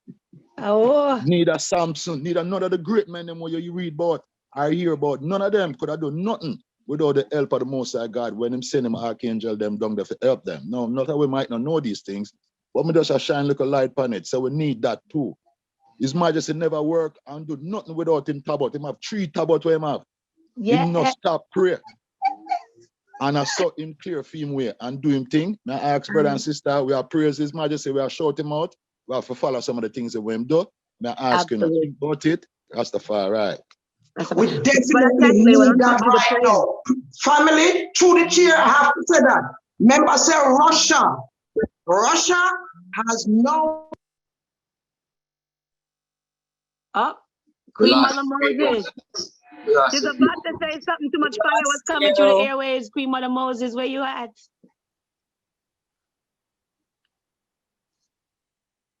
Yeah, what may I say is I put up my hand and I know I said the meeting closed. But would I still like a word? Brother Tekle, why don't you just chant up, just say a prayer, please? We're going to let Brother Tekle say a prayer, but please let the brethren come through. Rastafari Kingdom, go ahead. Oh, I didn't know. Forgive I. Give thanks. Bless up. Happy birthday. I'm Junior Negas. My camera is not working. Hey, Junior Negas. Bless her. Junior Negas got all the story for Pinnacle. Right. I thought this was a Pinnacle issue, so I just wanted to know.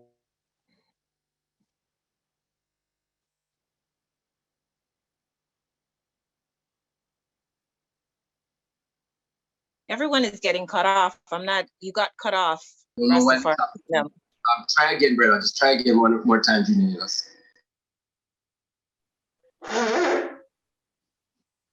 Junior Niga. Oh, Queen Mother Moses has returned.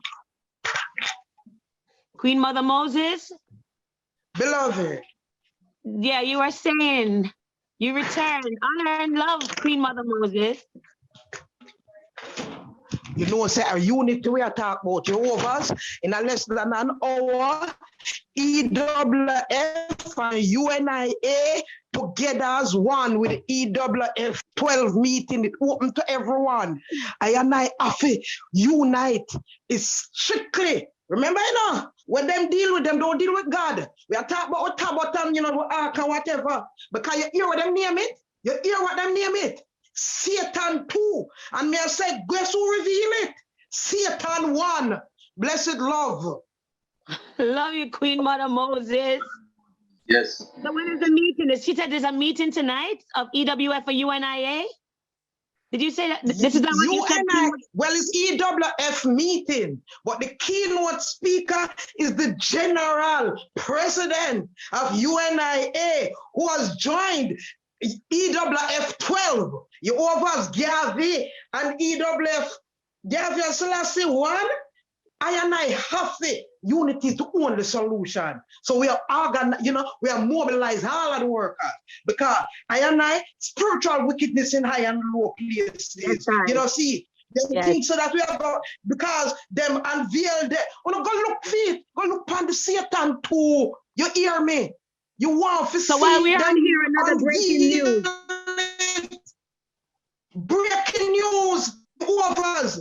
But most of the top. Let me go upon it real quick. The spirit of our God. I remember we had to walk in ark, knock our heart. What the spirit of the God of Israel. Bless you soon. Make sure when you come in, it is there. EWF 12 and UNIA. And we are dealing with intellectual property too. That I go because everybody hold on for our things and take it away. Blessed love, but not take away nobody's time. Blessed. Give thanks to the minutes. Unite with Dr. Arakana and Queen of Sheba Ra III of the African Federation States Direct Descendant, because she's investing in the Lumi currency to eradicate poverty out of Africa using solar energy. Now the USDA just dropped in my lap. The USDA guy just dropped in my lap, who's a Moor, also a Pan-African, a multimillionaire up in Alabama that got mad farms, got us energy, self-containing, in a 40-foot shipping container with a retractable roof. Out comes wind energy with solar on the turbine. $300,000 military grade to power an entire town. We can't raise that in no time. We bundle in a ganja in 1 month collectively. Huh? right. And you know, energy, anyone water, education, bless. food. We need Yes. sovereignty. We need to do this as a self-reparative move. There's no longer waiting for great God from the sky or government food stamps for nothing. No. So if we our God in our heart, when our wait for him to come from the sky. Yes, sis. Blessings, yeah. It's time.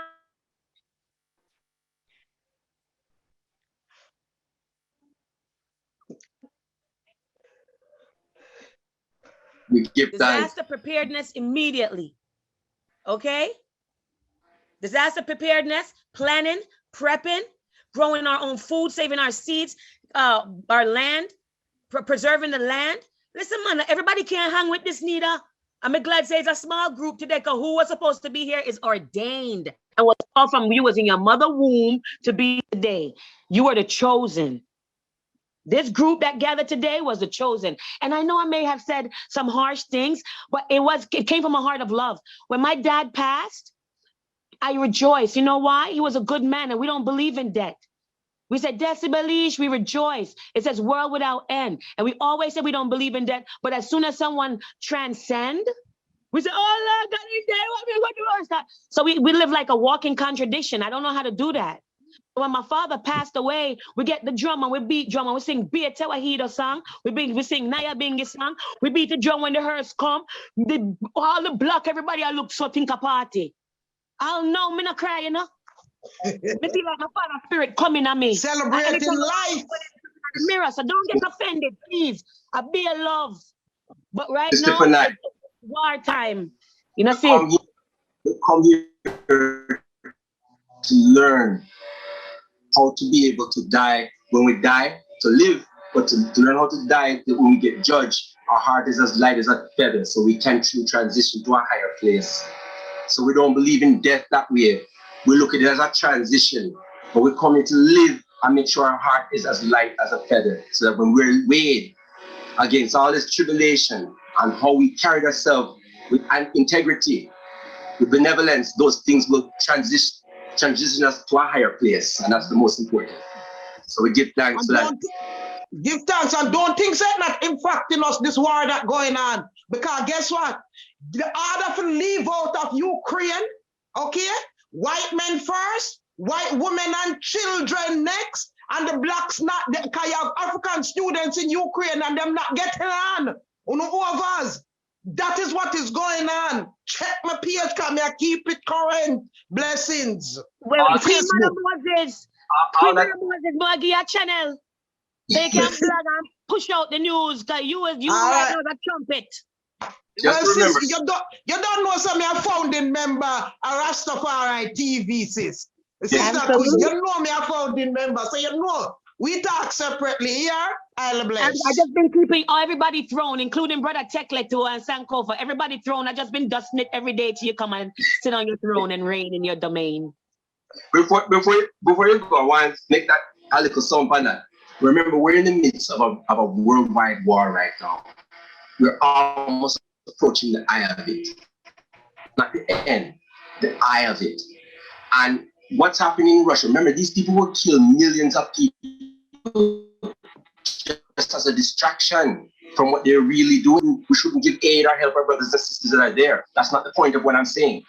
Just remember that the real war is silent this time. It's not really about bombs and guns and these types of things. The war is right here and it's for your soul. Spiritual wickedness Amen to that, Real talk, Sankofa. I love that talk there. I tell you, I eat at the bottom line, at the root line, at the grave root, the bottom root, everything. I eat at the divine thing where we have to work with to save our brother and sister, them soul. We have work for the upon the world, yes. We have things to do, yes. We have to educate each other, iron sharpened iron. But we still have to try to make sure so we're not got down in the wrong place. Hey, try to power the soul them up, power up the soul them. You remember Joe Biden's campaign? We're not promoting politics, but we just are showing the idea of something. The campaign slogan was "Battle for the souls of the nation." Remember that. Just remember that. And it's not me going left or right, because that's a machination of someone's perverse mind. It's not about left or right or conservative. The whole of them they're on the same team. But just they were so bold and upfront to tell you the battle was for the souls of the nation. Amen. I'd like Brother Tekle to take us out with a prayer. And I give thanks for everyone here. I see some people are coming up now. I know we've been going on for over 3 hours. So I give thanks and we look forward to the next one. Brother Tekle, please bless this beautiful event. Give thanks. Glory to the Most High God. I let Rastafari King Selassie I, our Father, strengthen our Redeemer, my Lord and Savior. In the name of the Father, Son, and Holy Spirit, one God, amen. In the name of the Father, Son, and Holy Spirit, one God, amen. In the name of the Father, Son, and Holy Spirit, one God, amen. Oh, Heavenly Father, we thank you what you have given us today. You have given us such a bright future. You have given us a wide mind of such beautiful people that are gathered here today. We have all the things that we need. You have given us all the tools that we need to do the work. We thank you for that. We thank you that you have presented us today with all the people, which are the tools that we need to move ahead positively and in unifying all the things that we need to do. You have given us. We thank you, Heavenly Father. Bless the people that are here today. Bless all who came on and all who left. I know actually Miguel Lorne he's my family lawyer from ever since, before I was born. And I have seen him many times here in Canada. And I'm very happy that he was also here today. And I'm it was a beautiful thing. And I thank you, Almighty God. Bless our brothers and sisters and give us the thought that will make us be able to win this battle, because there is no way we are working to lose this one. And we know and we pray and ask that you be by our side continually. Send your archangels to help us, because we are not going to back down from standing up for the truth and right of our people. Amen. Selassie. Blessings. We give thanks to ancestors like the benevolent Leonard P Howell for us to even gather here like this today. We give thanks. Thank you so much, Brother Tekle. And with that, one Rastafari love to one and all. And I look forward to seeing you at the next event. Thank you so much for being here. Amen. It's an honor to have you all on. Thank you very much. One love.